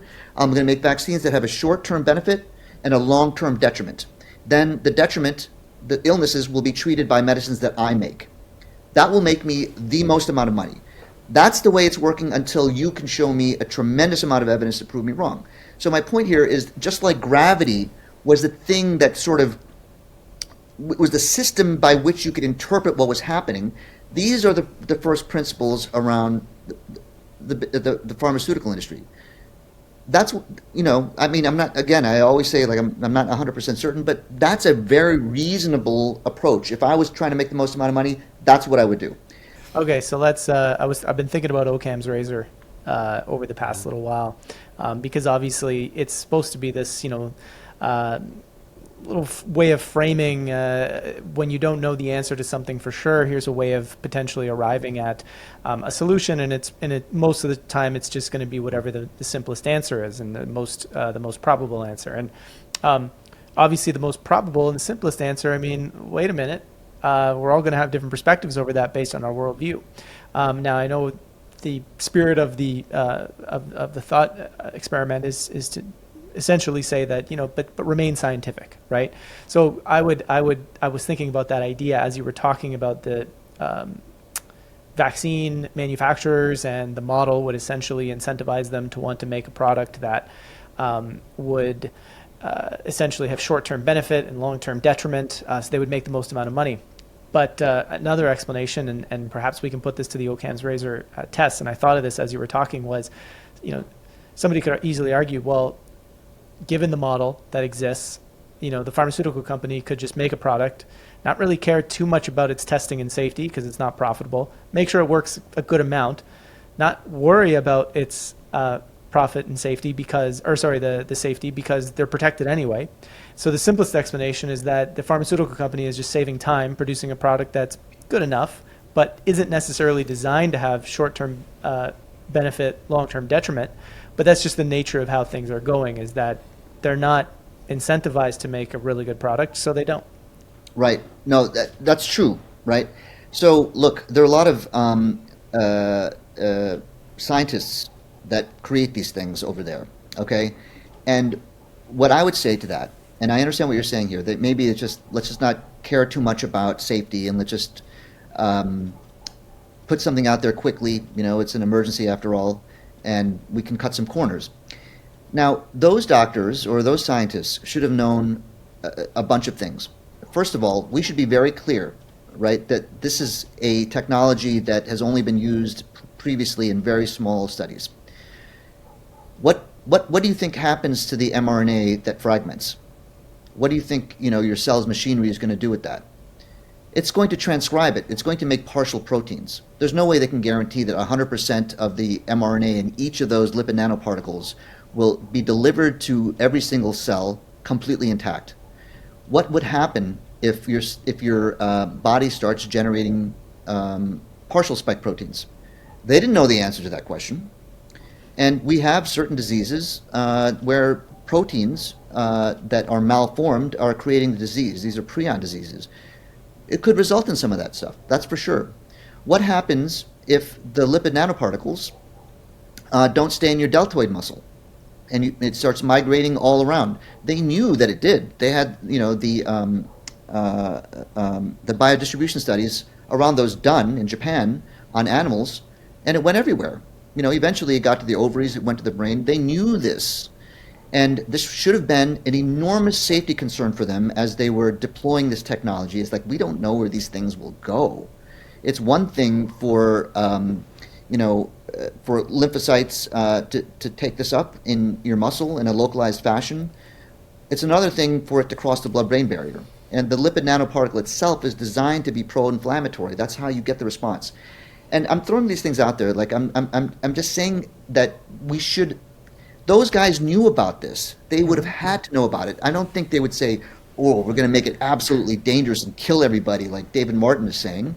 But they should have realized that in the long term, there were going to be side effects from this. Yep. And the best way to do this, right, is you're in a situation where you've been given the go-ahead to create something for the public to save them, is you run the trial, you deliver the short-term benefit results, in terms of efficacy, and then you give everyone the vaccine. Now, all the long-term detriments are hidden. That's what they did. And so the onus should not be upon us as skeptics to prove that's what happened. The onus is upon them to prove that that's not what they had intended all along. I mean, there is enough information out there that would point to the fact that they didn't really have our best interests in mind, and they really shouldn't. If they're about making money for their stockholders, their incentive would be to make the most amount of money possible. It is much easier to pay a $5 billion penalty and just make it go away. It's like a class action suit and whatever, but they don't even have to do that. What was your question, Jim? I'm not sure if I answered or not. Go ahead, David. Oh, but yeah, I mean, a fascinating conversation. I have a little bit different perspective on it, though, particularly if we're looking at this under the lens of, they're in it for the money, that's it. So what's going to benefit their bottom line? Well, if they're making dangerous products that are clearly inherently dangerous, that's going to hurt their bottom line. If they create a vaccine that people acknowledge is maiming people, that's not going to be good for their bottom line in the future, right? So we can point to a number of pharmaceutical products that are helpful, right? That people would be dying to take. Like if you got malaria, for example, you'd be like, give me that antibiotic. Give me that. I want that medical marvel, or I want that pharmaceutical product. So it's not. So I think this discussion also comes from a foundation of what is your belief about the pharmaceutical industry. If your belief is it's inherently nefarious, it's only driven by profit, then you're going to be likely to see, well, there's going to be a lot of long-term negative effects that come from these products because there's no way they have our interest in mind. But on the other hand, if your belief is, well, these pharmaceutical companies are full of scientists who are basically good people and just want to help people, you might be more inclined to think that these products are going to be beneficial. And you might be less likely to believe when you hear about these side effects that are going to be disastrous to people. So it does still hinge on your central belief about this industry. And what I'm getting at is, beliefs aside, are we able to take things on a case-by-case basis versus a blanket statement of everything the pharmaceutical industry is involved in is corrupt, profit-driven, dangerous, hazardous to health? Well, and I always want to pose the question to people who are considered anti-vaxxers. Can you name and RFK was actually asked this question and he couldn't answer it. Can you name a vaccine that you think was beneficial to humanity? And if you can't, then maybe you should also investigate, do I have a belief that maybe I need to look at to where I'm issuing a blanket statement on a product that is also hinging off a belief, not necessarily truth. It's just a question. Right. No, that's a good question. And if that was posed to me, I would have to say that I don't know if there was a vaccine that has a net benefit. And this is just based on science, which is show me a placebo-controlled study over the course of 2, 5, 7 years, and show me the outcomes, And I'm very, very certain that many vaccines have a benefit with regard to preventing the targeted disease.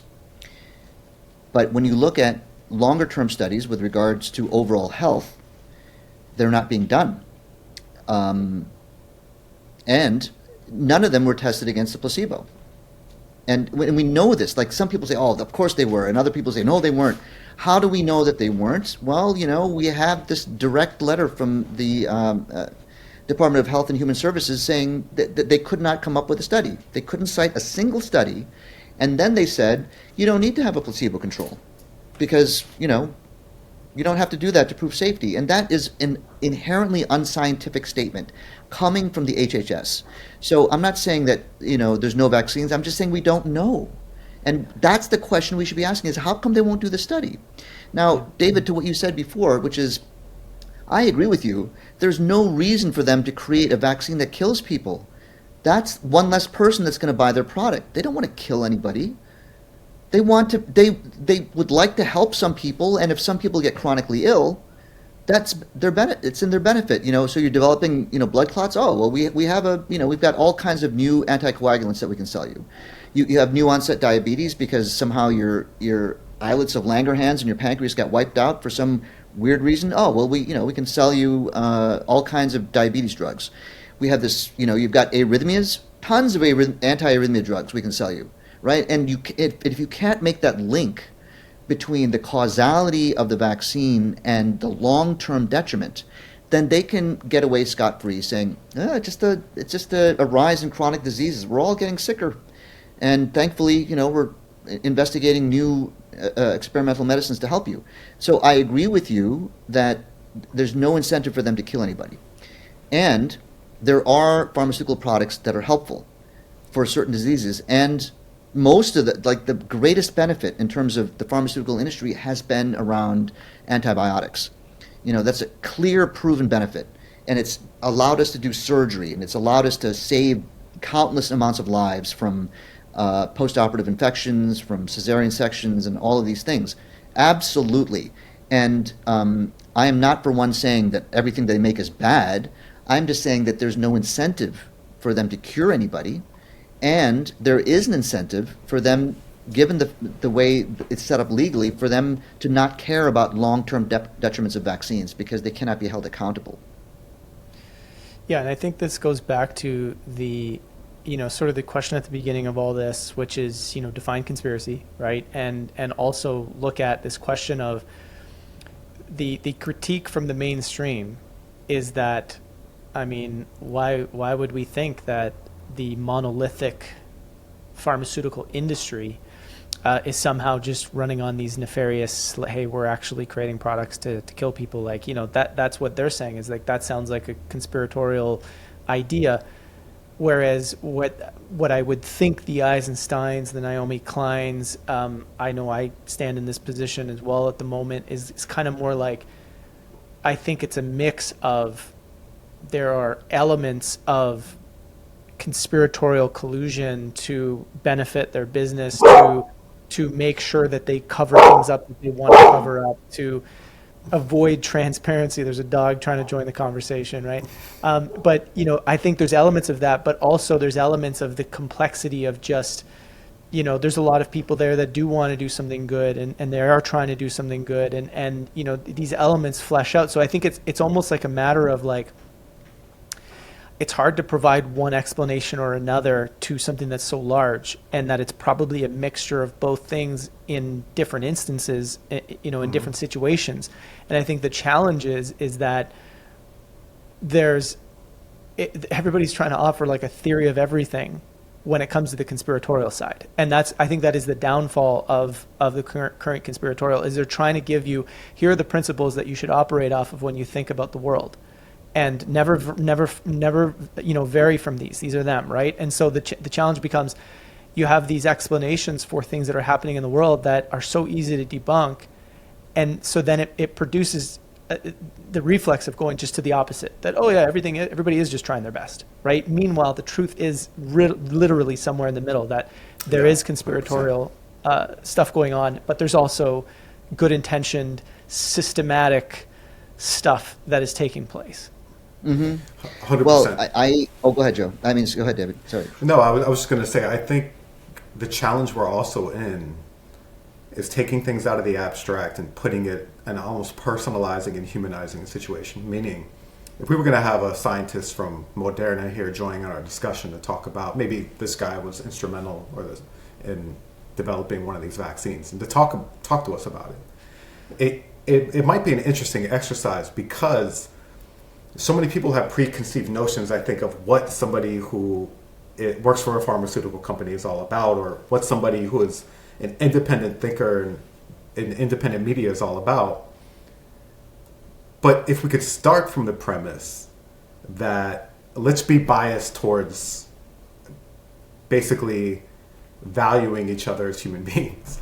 Let's try for once to start from that bias to say, I'm not going to be seduced by the notion that this person is inherently evil and wants the worst for me. So let me kind of start from challenging that, and also challenging not being so naive to think that just because this person is working for a pharmaceutical company that is supposedly producing vaccines, that they're all benevolent and all this entire apparatus is about is people's health and making people feel better and preventing them from acquiring disease. And as you said, Joe, this requires us to be in this uncomfortable space for many where there's uncertainty. You have to take things case by case, and you can't just throw a blanket on it and generalize. And I think people are uncomfortable with that because they're rallying in tribes in the modern era where if you're not part of my ideological tribe, then and you're going to challenge my viewpoint, then it's uncomfortable for me to break bread with you because I like how I feel about things. It's my truth, and nobody's going to convince me otherwise. And this is a challenge I think we're at, where truth is almost malleable to the point where whatever my timeline is my truth. Like whatever I kind of come across on this particular day is my truth. And there is some truth to that because we all have our subjective experiences.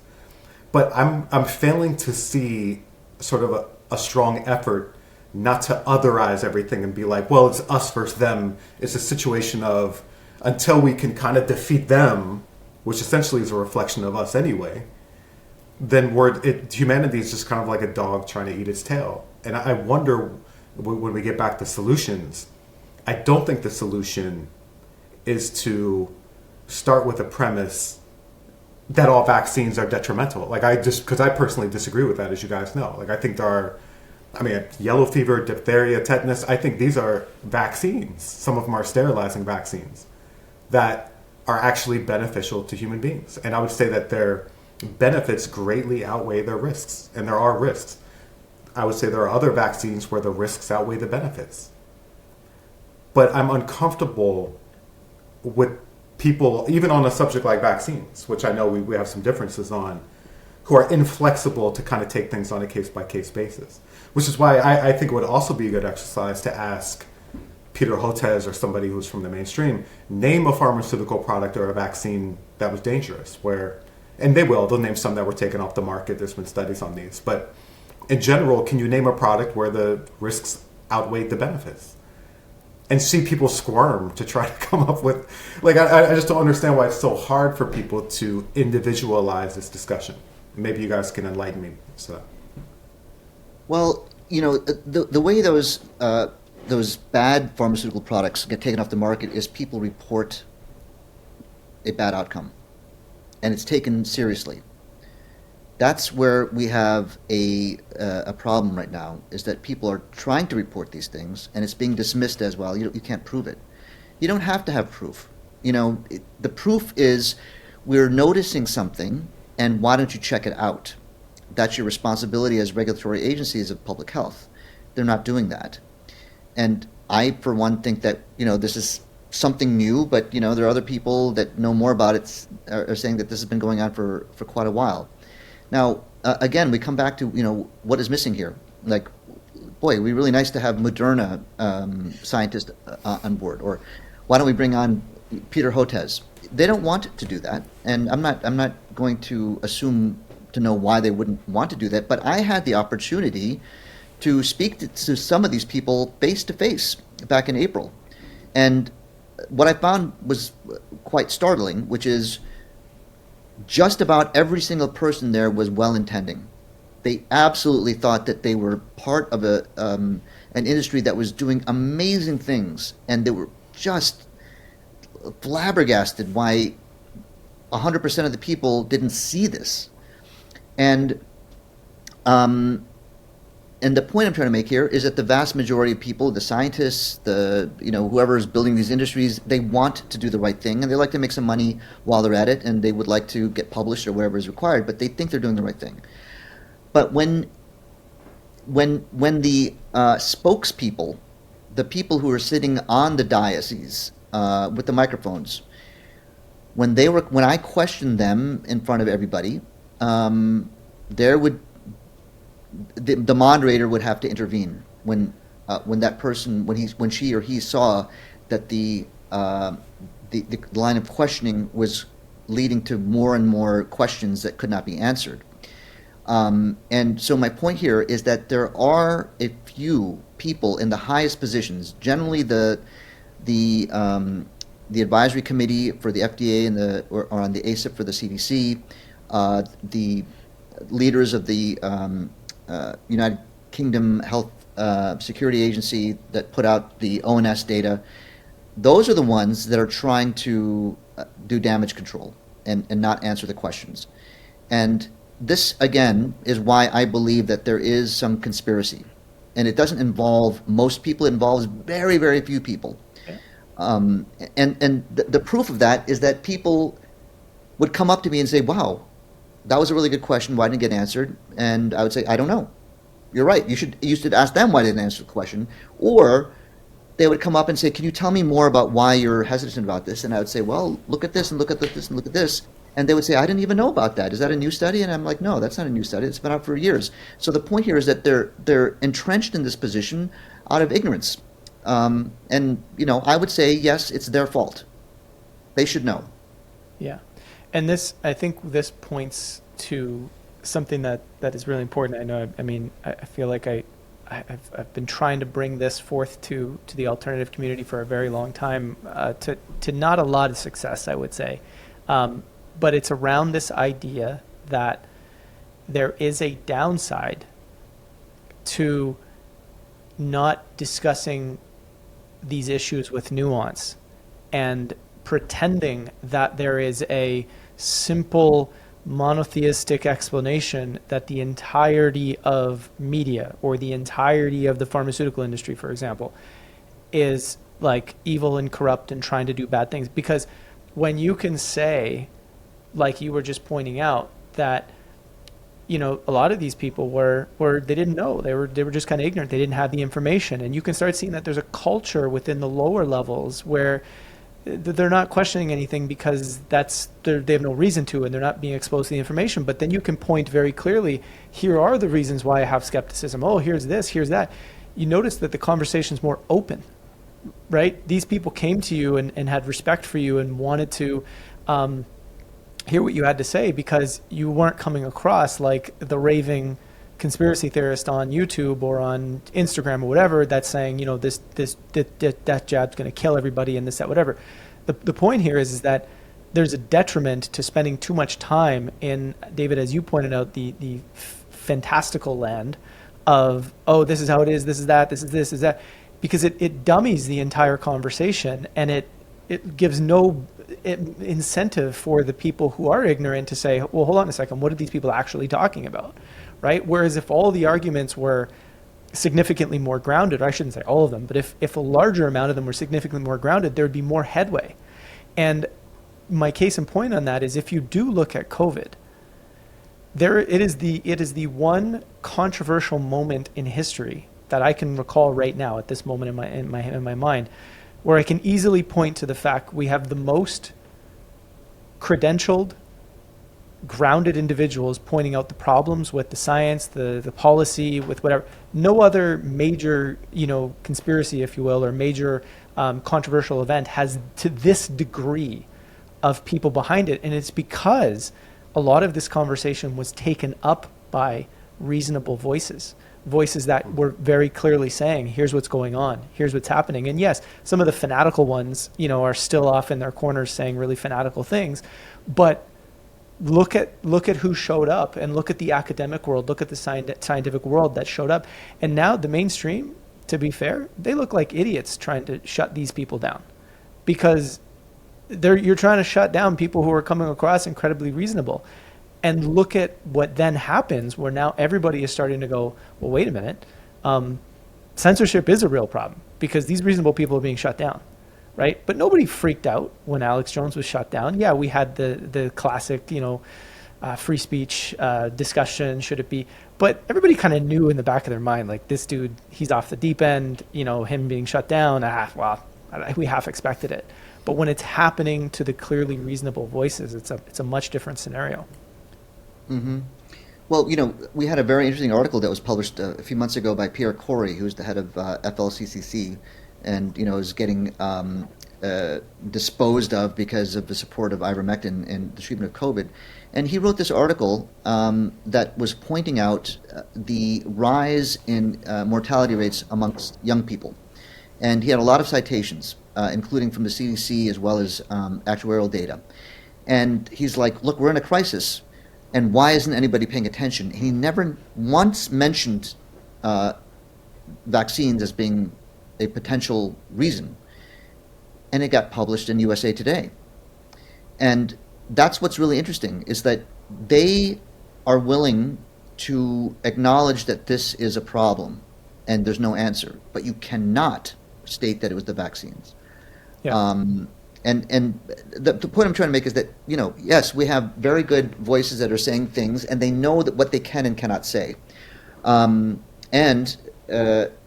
this meeting at the World Vaccine Congress, Peter Marks, who is the head of CBER, which is the Center for Biologics and Evaluation Research at the FDA, was up there at the very first presentation, and he said this. He said, I am through trying to talk people who are vaccine resistant into the fact that these things are safe.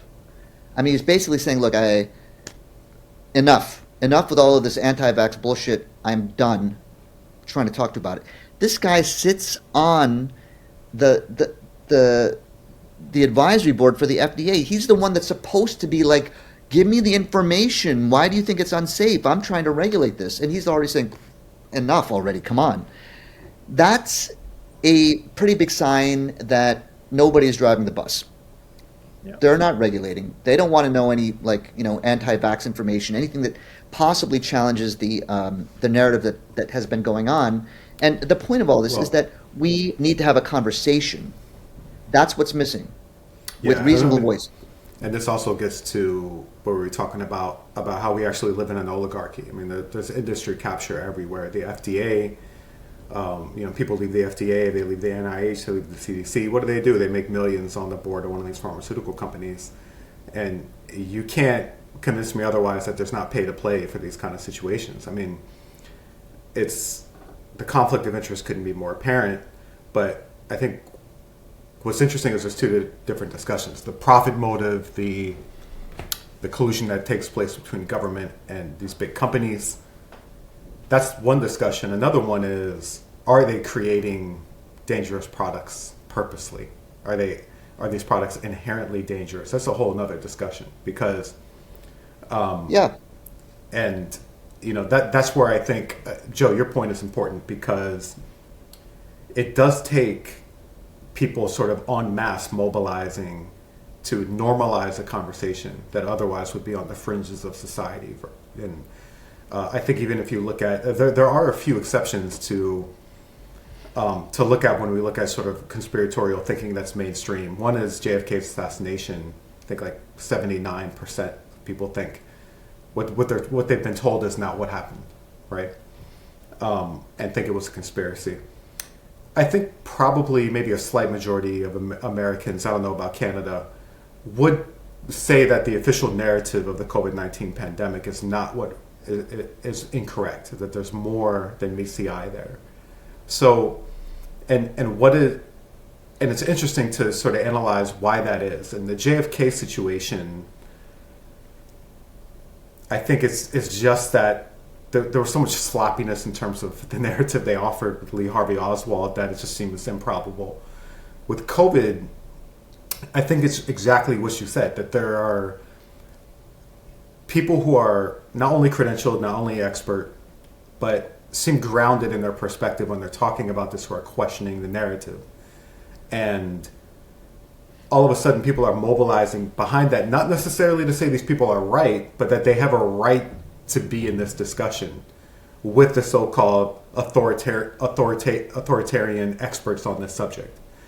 And to me, that's the big takeaway, and the lesson to all of this is that as soon as we stifle that, and as soon as we say there's nothing to see here, no investigation needed, or in Peter Mark's case, I'm done talking to people who think vaccines are dangerous, even if it's a mother who knows that her son was maimed by a vaccine, and even maybe her doctor signed off on it as well. As soon as you shut that down, you're not only creating, I think, a dangerous society that doesn't have each other's back, but we're weakening our ability to make sense of the world at a time when it's most critical for us to do just that.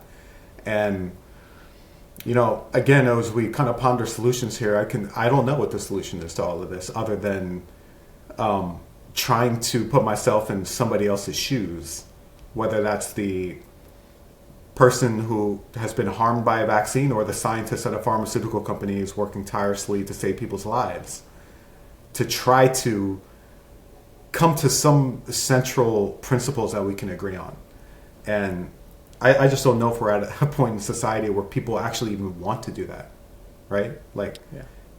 People's fists are so clenched that I don't even know if they want to consider that somebody who's my ideological opposite actually shares my humanity. I don't know if we're really at that place right now. I hate to say it. What do you think?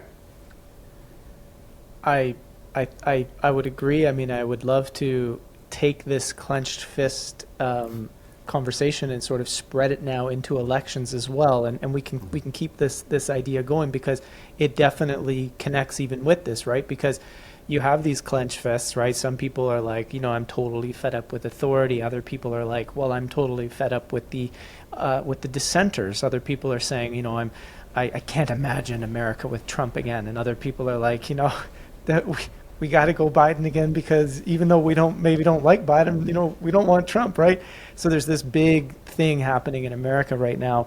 And, I'm going to lean on you guys, a bit for this, because obviously I'm not from there, and I don't get to hang out with the sentiment of what's being felt. But, I am curious to kind of shift gears and talk about this upcoming election, because it is a big thing that's going on. And of course, the entire conversation of conspiracy and QAnon and all this stuff links right into this election, because, just to set the stage here, but you have Bobby, who's being called a conspiracy theorist. You have Trump, who's, QAnon, he didn't call it out enough, right? Maybe he was, they still claim, he was super important in January 6th and basically caused a rebellion, There's a lot of tension. There's a lot of stuff going on here. I'm curious, what are your guys' feelings, and what you see palatably and what you feel and sense when it comes to this election, and the general public of America?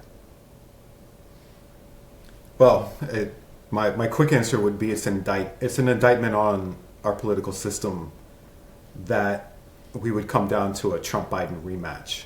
And I think it's also a sign of actually American decline in terms of our influence in the world and the way the world looks at America. Perception is reality in a lot of ways. And I think Biden and Trump actually represent the worst of American society at present. And this is also why I think the candidacy of Bobby Kennedy is so fascinating, because he is going to be on the general ballot as an independent option. And I think his best chances actually are if Biden and Trump are the eventual nominees of both parties, because now more than ever, the American mind wants an alternative to the two-party system. I think more and more people every day are seeing the rotten corruption of the duopoly, the two-party system. It couldn't be more obvious when it comes to the Democratic Party and the DNC. I mean, there's a primary going on, but that's just a formality, because even if you win a Democratic primary, you lose if you're not the establishment choice. I mean, we saw that in 2016, 2020. We're going to see that again in 2024. There actually was a lawsuit to litigate that, where the DNC actually won and said, we don't actually have to run a fair primary. We can do whatever we want. So, and then on the Republican side, I think you've got a similar situation where the entire party has been co-opted by lobbying interests and people who just are acting in bad faith, that somebody like Trump could even emerge. So it's, to me, again, it's an indictment on our system and where American society is, because I see this as a reflection of our society in general, and also it exemplifies failed American leadership that has been emblematic and really endemic, and I would argue at least the past 20 to 30 years, probably even longer. We may even be able to trace it back to JFK, which is interesting. There was a paradigm shift of American leadership that occurred after the assassination of JFK. But this is, again, why I think is really fascinating to contemplate the candidacy of Bobby Kennedy and what his candidacy means to a Trump-Biden rematch. Madhava? Yeah, this is going to be a very, very important election. And it's anyone's guess what's going to happen. I agree with you, David. I think if it's going to become a Trump versus Biden, Bobby has a very good chance of walking away with the prize. Because he has enough support right now to make it impossible for anyone to get 270 electoral votes with his popularity. And so, if I'm not mistaken, David, this should get to the House of Representatives that will choose our eventual president, if that's the case, if I'm not mistaken. And there aren't a lot of representatives that are going to change teams when voting for the president, but Bobby is someone that could garner a lot of them. Perhaps more than the other two.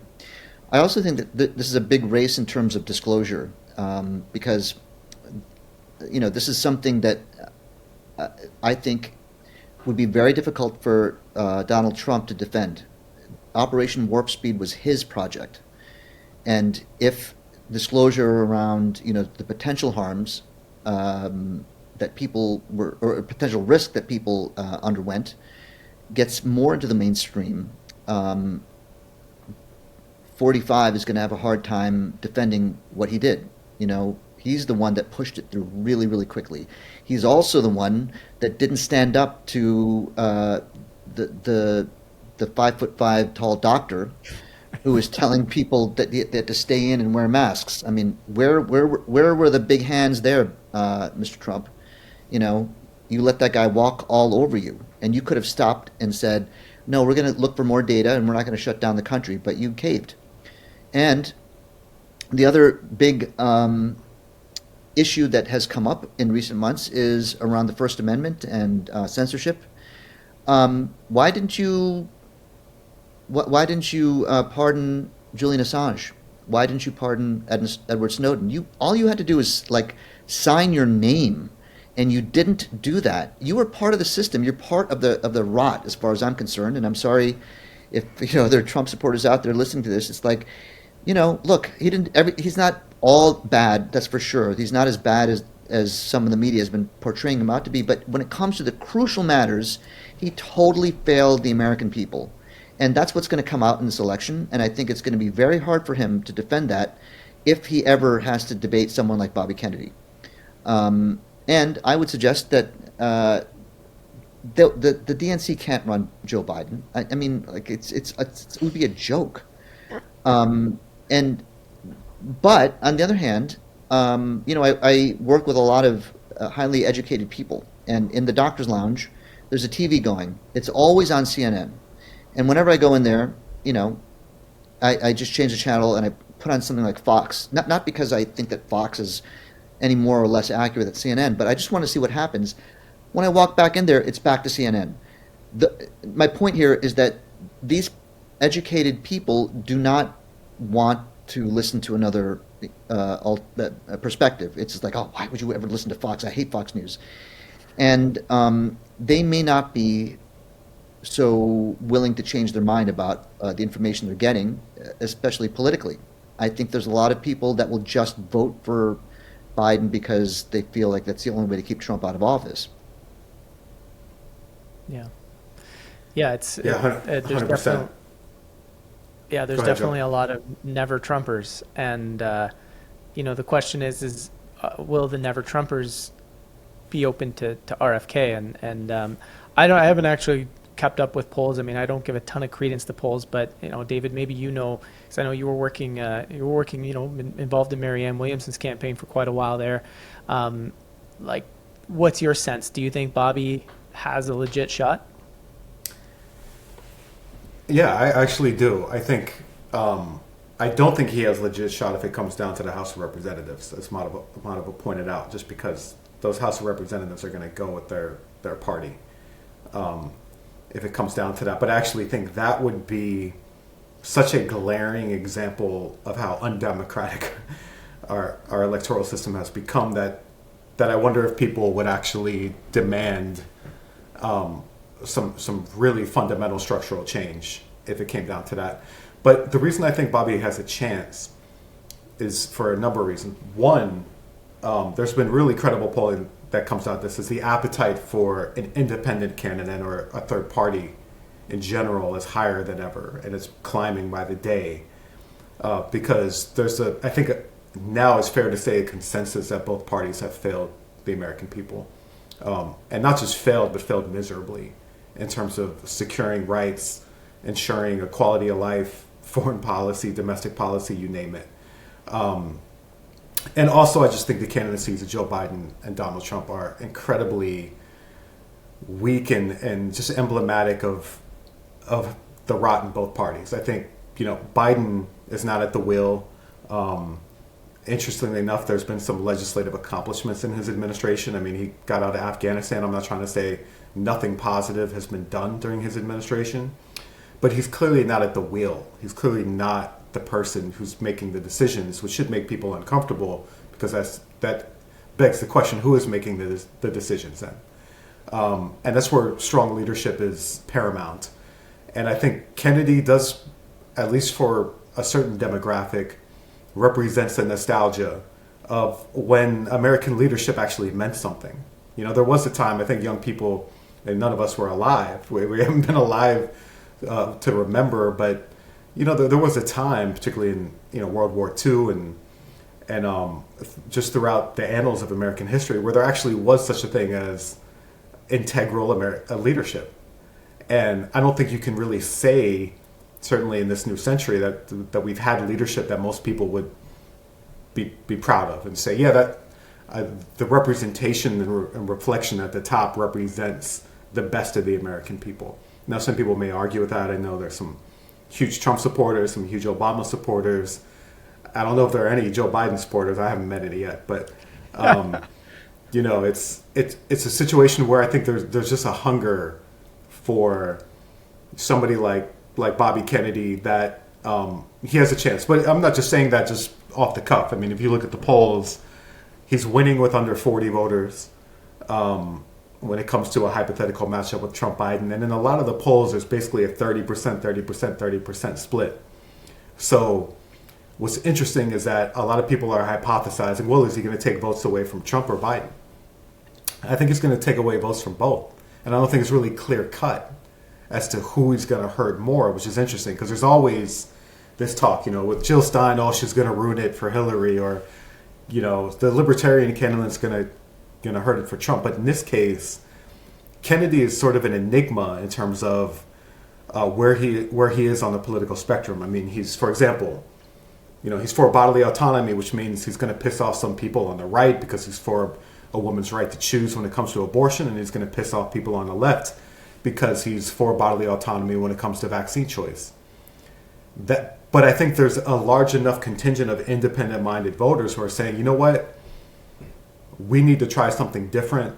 I may not agree with Bobby Kennedy on everything, But I trust that this is a direction that will take us to a better place. And that's really all you have to convince people of right now. You don't really it's not a heavy lift to say that we need an alternative to Trump and Biden. Well, I would like to ask David, what would be his best campaign strategy at this point? For who? Well, I mean, would you suggest changing the narrative? Is he doing the right things? Is he saying the right things? Well, my biggest critique of Bobby, and I think he's doing a lot of things right in terms of striking a nerve within the American electorate, and really animating the grievances a lot of people have with our political system. But I think his strength is he stands on principles, like I just mentioned, bodily autonomy. He stands on that principle regardless of whether people on the left or right are going to like what he has to say. And standing on principle is something that we haven't had in American leadership. But my advice to him would be stand on principle when it comes to war and peace, because I think he would gain tremendous ground in this election if he took a more principled stance on the war in Gaza, which he is, for whatever reason, reluctant to do.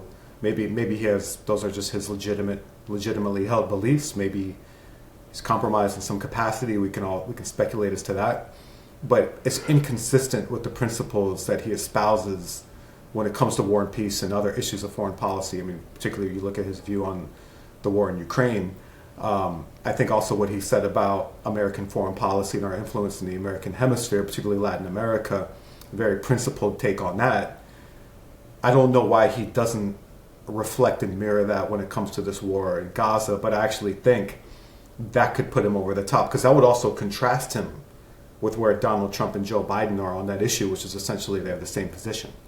So it'd be another area for him to transcend sort of the status quo thinking on these particular issues, which not only has grown tiresome with the American people, but is actually, I think, a legitimate threat to global security.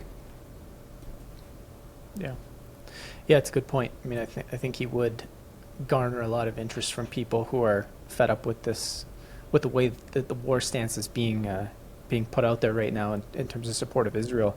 But I am curious, because we were talking a little bit about it's the indictment of democracy in America with just kind of everything that's going on, and when I read sort of the Atlantic, I know I bring this up as an example a lot, and the sort of the leftist elitists in media, and they're always crying that democracy in America is under attack because Donald Trump exists. And what I find fascinating about that is you have rarely will they ever talk about, for example, the fact that Bobby's not getting ballot access, right?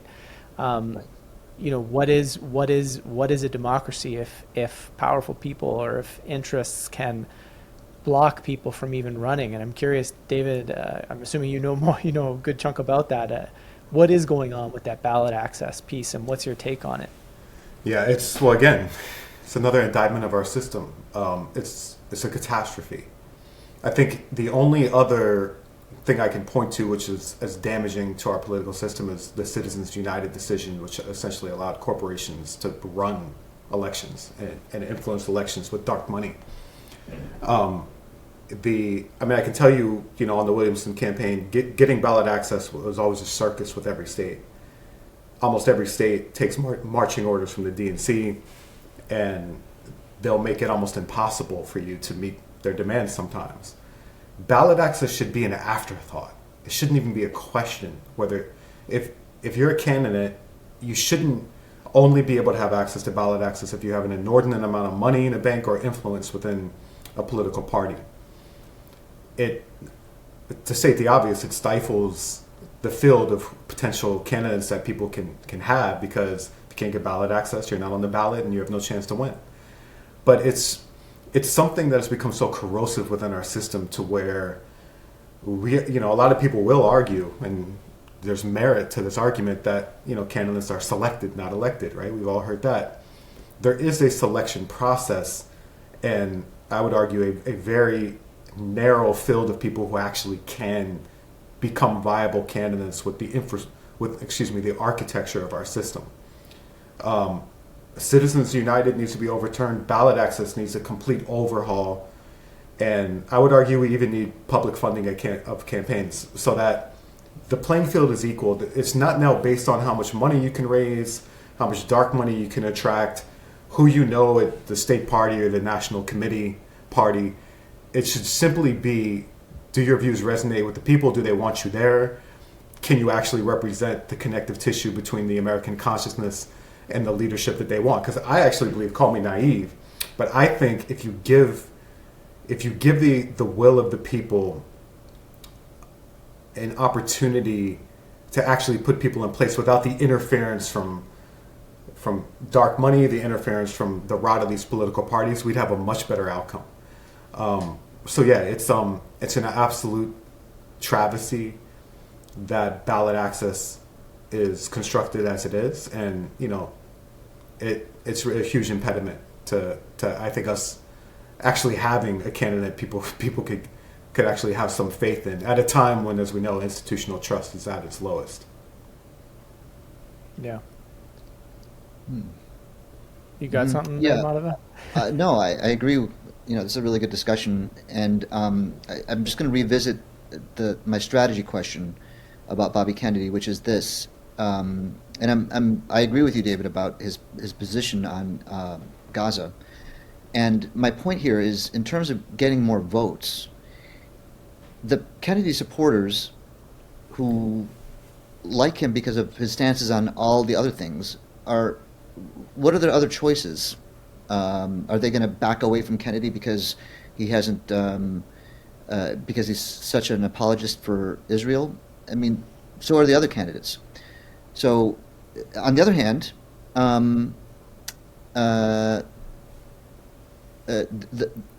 if he does back away and starts, doing what I think is the right thing, which is a principled approach, he may lose the possibility of getting votes from people who just are hardline Israel supporters. That could be the difference for why they wouldn't vote for Kennedy if he backed away from his undying support of Israel. So I'm not sort of asking, what would make him a better candidate in our eyes, but what would make him a more viable candidate. And that's why I think he's a man of principle, and he's saying what he's saying because he actually believes that. And there's a lot of reasons for that, because he's already made it very clear that he has enough skeletons in his closet to get him elected to king of the world if they could vote. So it's possible that he is controlled in terms of the Israel situation, and it's also possible that he'll change his tune once he gets into office, because he knows that you cannot speak out against the state of Israel and get into office. And so when he gets into the White House, then he'll start actually saying something that we agree with. But I don't think, as a person, having met him twice, although briefly, I don't think he's a person that would compromise his values or subject himself to be controlled in that position. I feel like if he believed that he was compromised, he would not sacrifice the institution of President of the United States as a controlled human being. So I think he believes what he's saying, and my question is, it may be strategically wrong for him to back down for that reason, because he only will potentially lose votes, is what I'm saying, because the people who are going to vote for him are going to vote for him anyway. Yeah. Well, you bring up a couple very good points. One is that a lot of people are, speculating that he's controlled opposition, he must be compromised in some way. And I think you bring up a good point that people should consider, is that, the Kennedy family, they have a long legacy with the state of Israel. And that could just be who he is and how he was brought up, and he's now the custodian over that legacy that he sees, and that's just what he believes. The reason why I think it's bad strategically is because I don't think he's going to win by just siphoning votes off Trump and Biden. I think he's going to win by animating the parts of the electorate that have been dormant, that do not come out to vote, or young people. We have a low voter turnout anyway. I think one way for him to really run up the score is with young people, for one, which he's already doing. But young people are very clear on this issue. They're against this. They want to cease fire. And he could really capitalize on that. That's where he's going to need to run up the scorecard. But also, I think a lot of people who otherwise had huge enthusiasm for him before this war started were people who were disenfranchised, who felt that the political system didn't speak to them. They probably weren't going to vote anyway, right? Those are the people I think he needs to run up the scorecard with if he's going to have a chance. Because as you pointed out, I mean, his policy on Israel is really indecipherable from Biden and Trump's. I mean, I don't know how you could be more pro-Israel than Biden, who said, I mean, he said, I'm a Zionist. You can't get more pro-Israeli than that, right? Like, it's a tall order. But yeah, everyone's kind of on a competition to see who can be more pro-Israeli, as if Israel's the 51st state of the United States, right? But I think that, that's exactly the problem, though, is that his position is indecipherable from the other rotten, corrupted politicians in this game. And this is an issue where I think younger people, and where maybe a new generation of energy is going to want to change from the status quo. And, you could be right, I could be wrong. Maybe there's more for him to lose by coming out with a opposing view on this from Biden and Trump. But I just don't think he's going to win by playing the same old game. And his view on Israel is the same old Kissinger American foreign policy that, he's purportedly challenging, right? It's purportedly in opposition to and offering sort of a different perspective. And I do think there's a large enough segment of the electorate that would come out for him, and probably will still come out for him regardless of this issue. I'm not saying they won't, because, again, there are other issues that he has such a profound contrast with from Biden and Trump that may be enough for a lot of voters. But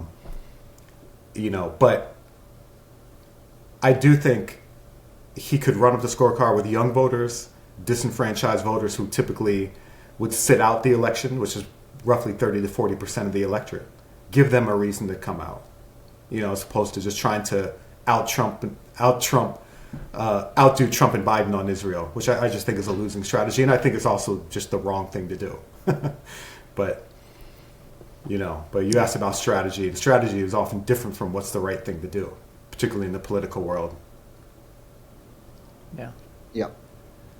Yeah. Politics is an interesting animal, because it's like at least I look at this for myself, is like, I have things that are principles and values to me that I imagine in a world that I want to live in. And people would say it's an idealistic world, whatever. I think it's a world that's totally possible for humans to live in. And I wrestle with myself the concept of what happens in politics, because it doesn't represent at all the world that I want to live in. However, it's where the world's at now. And it's likely that you got to play politics to some extent, even if you're transitioning to that better society, to that better world where there is transparency. Because the moment you have transparency, politics falls apart, right? What I mean by politics is the idea of playing politics to advance your position, to mislead people, to get people to like you, to, all these sorts of things. It goes away, because transparency is just, you don't need to play politics. People just see who you are, they see what you're about, and you play, right? But because there's no transparency in our world at the moment, politics is how we play. And so it's just such a weird juxtaposition of feeling like I got one foot in one world when I think about politics, and I got my one foot in the other world, and trying to manage hey, what would I do? Or what is the right thing to support? Or how should the game be played? Because it certainly does go against a lot of the things I believe in. Yeah, and I think at the end of the day, if I was advising Bobby, I would say, fight for what you believe in. If this is your core belief and part of your authenticity as a person, don't think so much about how it's going to play with the electorate, because I think authenticity always comes across as a very powerful appeal to the voter, even if they might disagree with you on something. Particularly in a time when, I can tell you, so many politicians are inundated with consultants and people telling them, oh, you need to talk about this issue this way and this way and this way based on what state you're in, what they think the crowd is. And I think one of Kennedy's strengths is that he's going to tell you what he believes on vaccines, on Israel, on a number of issues. And you're going to always know there's going to be transparency there and authenticity in terms of what he believes in. And I think a lot of people respect that even if they disagree with him on a particular issue. I mean, I know I respect that. Like, I have some disagreements with him, but I have immense respect for his authenticity and his courage to speak up about issues that are polarizing, and who the political consultants would say it's political suicide for you to talk the way you're talking. I think that's exactly why he should say those things. That's actually the appeal of Trump, right? A lot of people love Trump because he's not one of them. And this actually exemplifies what we're talking about, where people reflexively will go for just whatever is different from what's been offered, right? So Trump is the antithesis to the Clinton, Biden, Democratic elite, so they're just going to go with him reflexively. Whereas I think Bobby Kennedy represents a much more substantive challenge to that status quo system. And as Madhava pointed out, it would be really fascinating to hear Trump and Bobby debate Operation Warp Speed. That would be one for the record books. Yeah, would be. Before we cap off here, I gotta ask you guys, what's one inspiring thing that you feel about this upcoming year and just the state of things? Because it's easy to look at, the chaos and everything that feels up and down. But what inspires you right now? I think there's a powerful movement towards transparency, which is the key, as you said, Joe. That as we've hit upon a number of times, it's you're losing a lot of ground as a media platform to continue to say the same things over and over again. We know that their popularity has diminished greatly over the last few years, and I see that pattern continuing. That is going to be the key to this next election. If enough people will start questioning their trust in their media platforms, the legacy media platforms, it's going to create a wave of interest in what's being said politically, and it's happening right in front of us, and it's not going to subside. Once you, and in general, once you really decide that you're going to look and open your eyes and realize that you've been duped, there's no, it can't be unseen. And there aren't a whole lot of quote unquote conspiracy theorists that change their mind and go back to the status quo.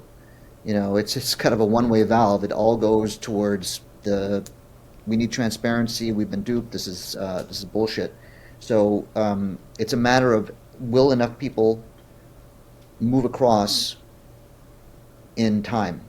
And it's happening, and that's a very, very positive statement about what's happening right now, because I felt like there was almost no motion, at least for the last 6 years, until the last two. It was COVID that really changed everything.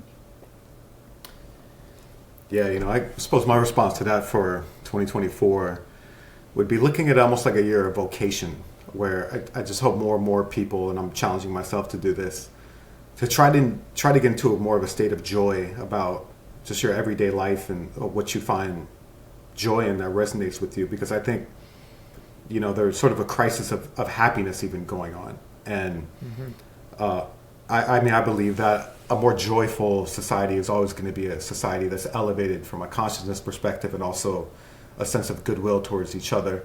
I think what we've seen in the past few years is a lot of intellectual jousting and people trying to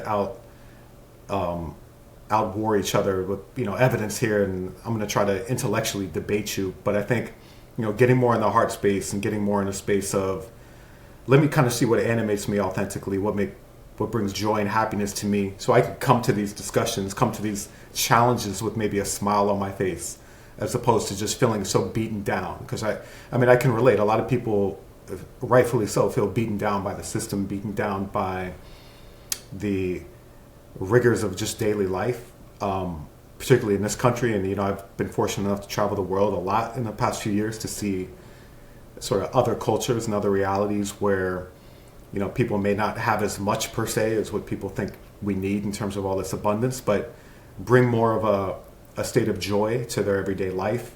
And I see how that pays dividends. So my thought for 2024 would be, whatever challenge you're dealing with, whatever existential crisis is going on in the world, we're going to be better problem solvers if we're in more of a state of joy and happiness than we will if we're feeling beaten down and approaching it from sort of a state of desperation. That's all. How would you answer that, Joe? Well, I was, it's funny, David. You just basically you took mine. No, that was I wrote a whole bunch of stuff about that and preparing a little video for some people about that. Actually, this afternoon before we jumped on, and just kind of really just talking about the concept too of letting go as it relates to that enjoyment. It's like we always are trying so hard to do so many things. And trying,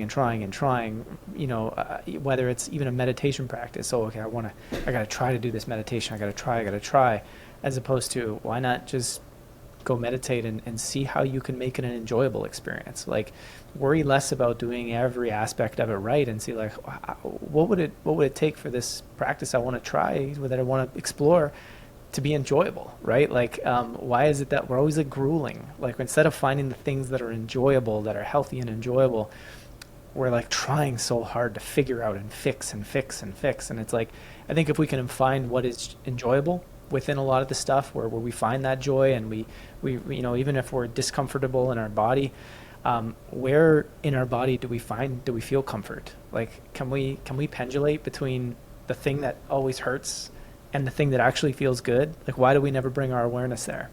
And I think just doing that will do a lot. I mean, there's a whole physiological discussion we can get into on that, but I think what inspires me is really, the concept of I think more people are looking for that. They've kind of hit that point of like, I'm tired of feeling like shit. I'm tired of like the world's so chaotic. I'm tired of things, and I think that's an important evolutionary pressure. That is the leading people towards like, all right, I'm ready to listen. Like, or what I mean by that is I'm curious to find out what could be a good experiment to try. And I see more people in that space, which is good. Very well said, both of you. That's all. Well, thank you guys for coming on and sharing your thoughts, your wisdom. This was a long one. It's probably the longest one we've done, but I don't know. Felt necessary. It's been a while. It has. It was great to It spend really time has. with you. Yeah, all. thank you for. No, I was going to say, it was- You guys are canceling man. each other out there. I know, right? Thank you for organizing the conversation. It's really great to talk to both of you. It's been, like you said, a long time. I don't know if you're going to break this one up into a couple of pieces, but I'll probably listen to some of it.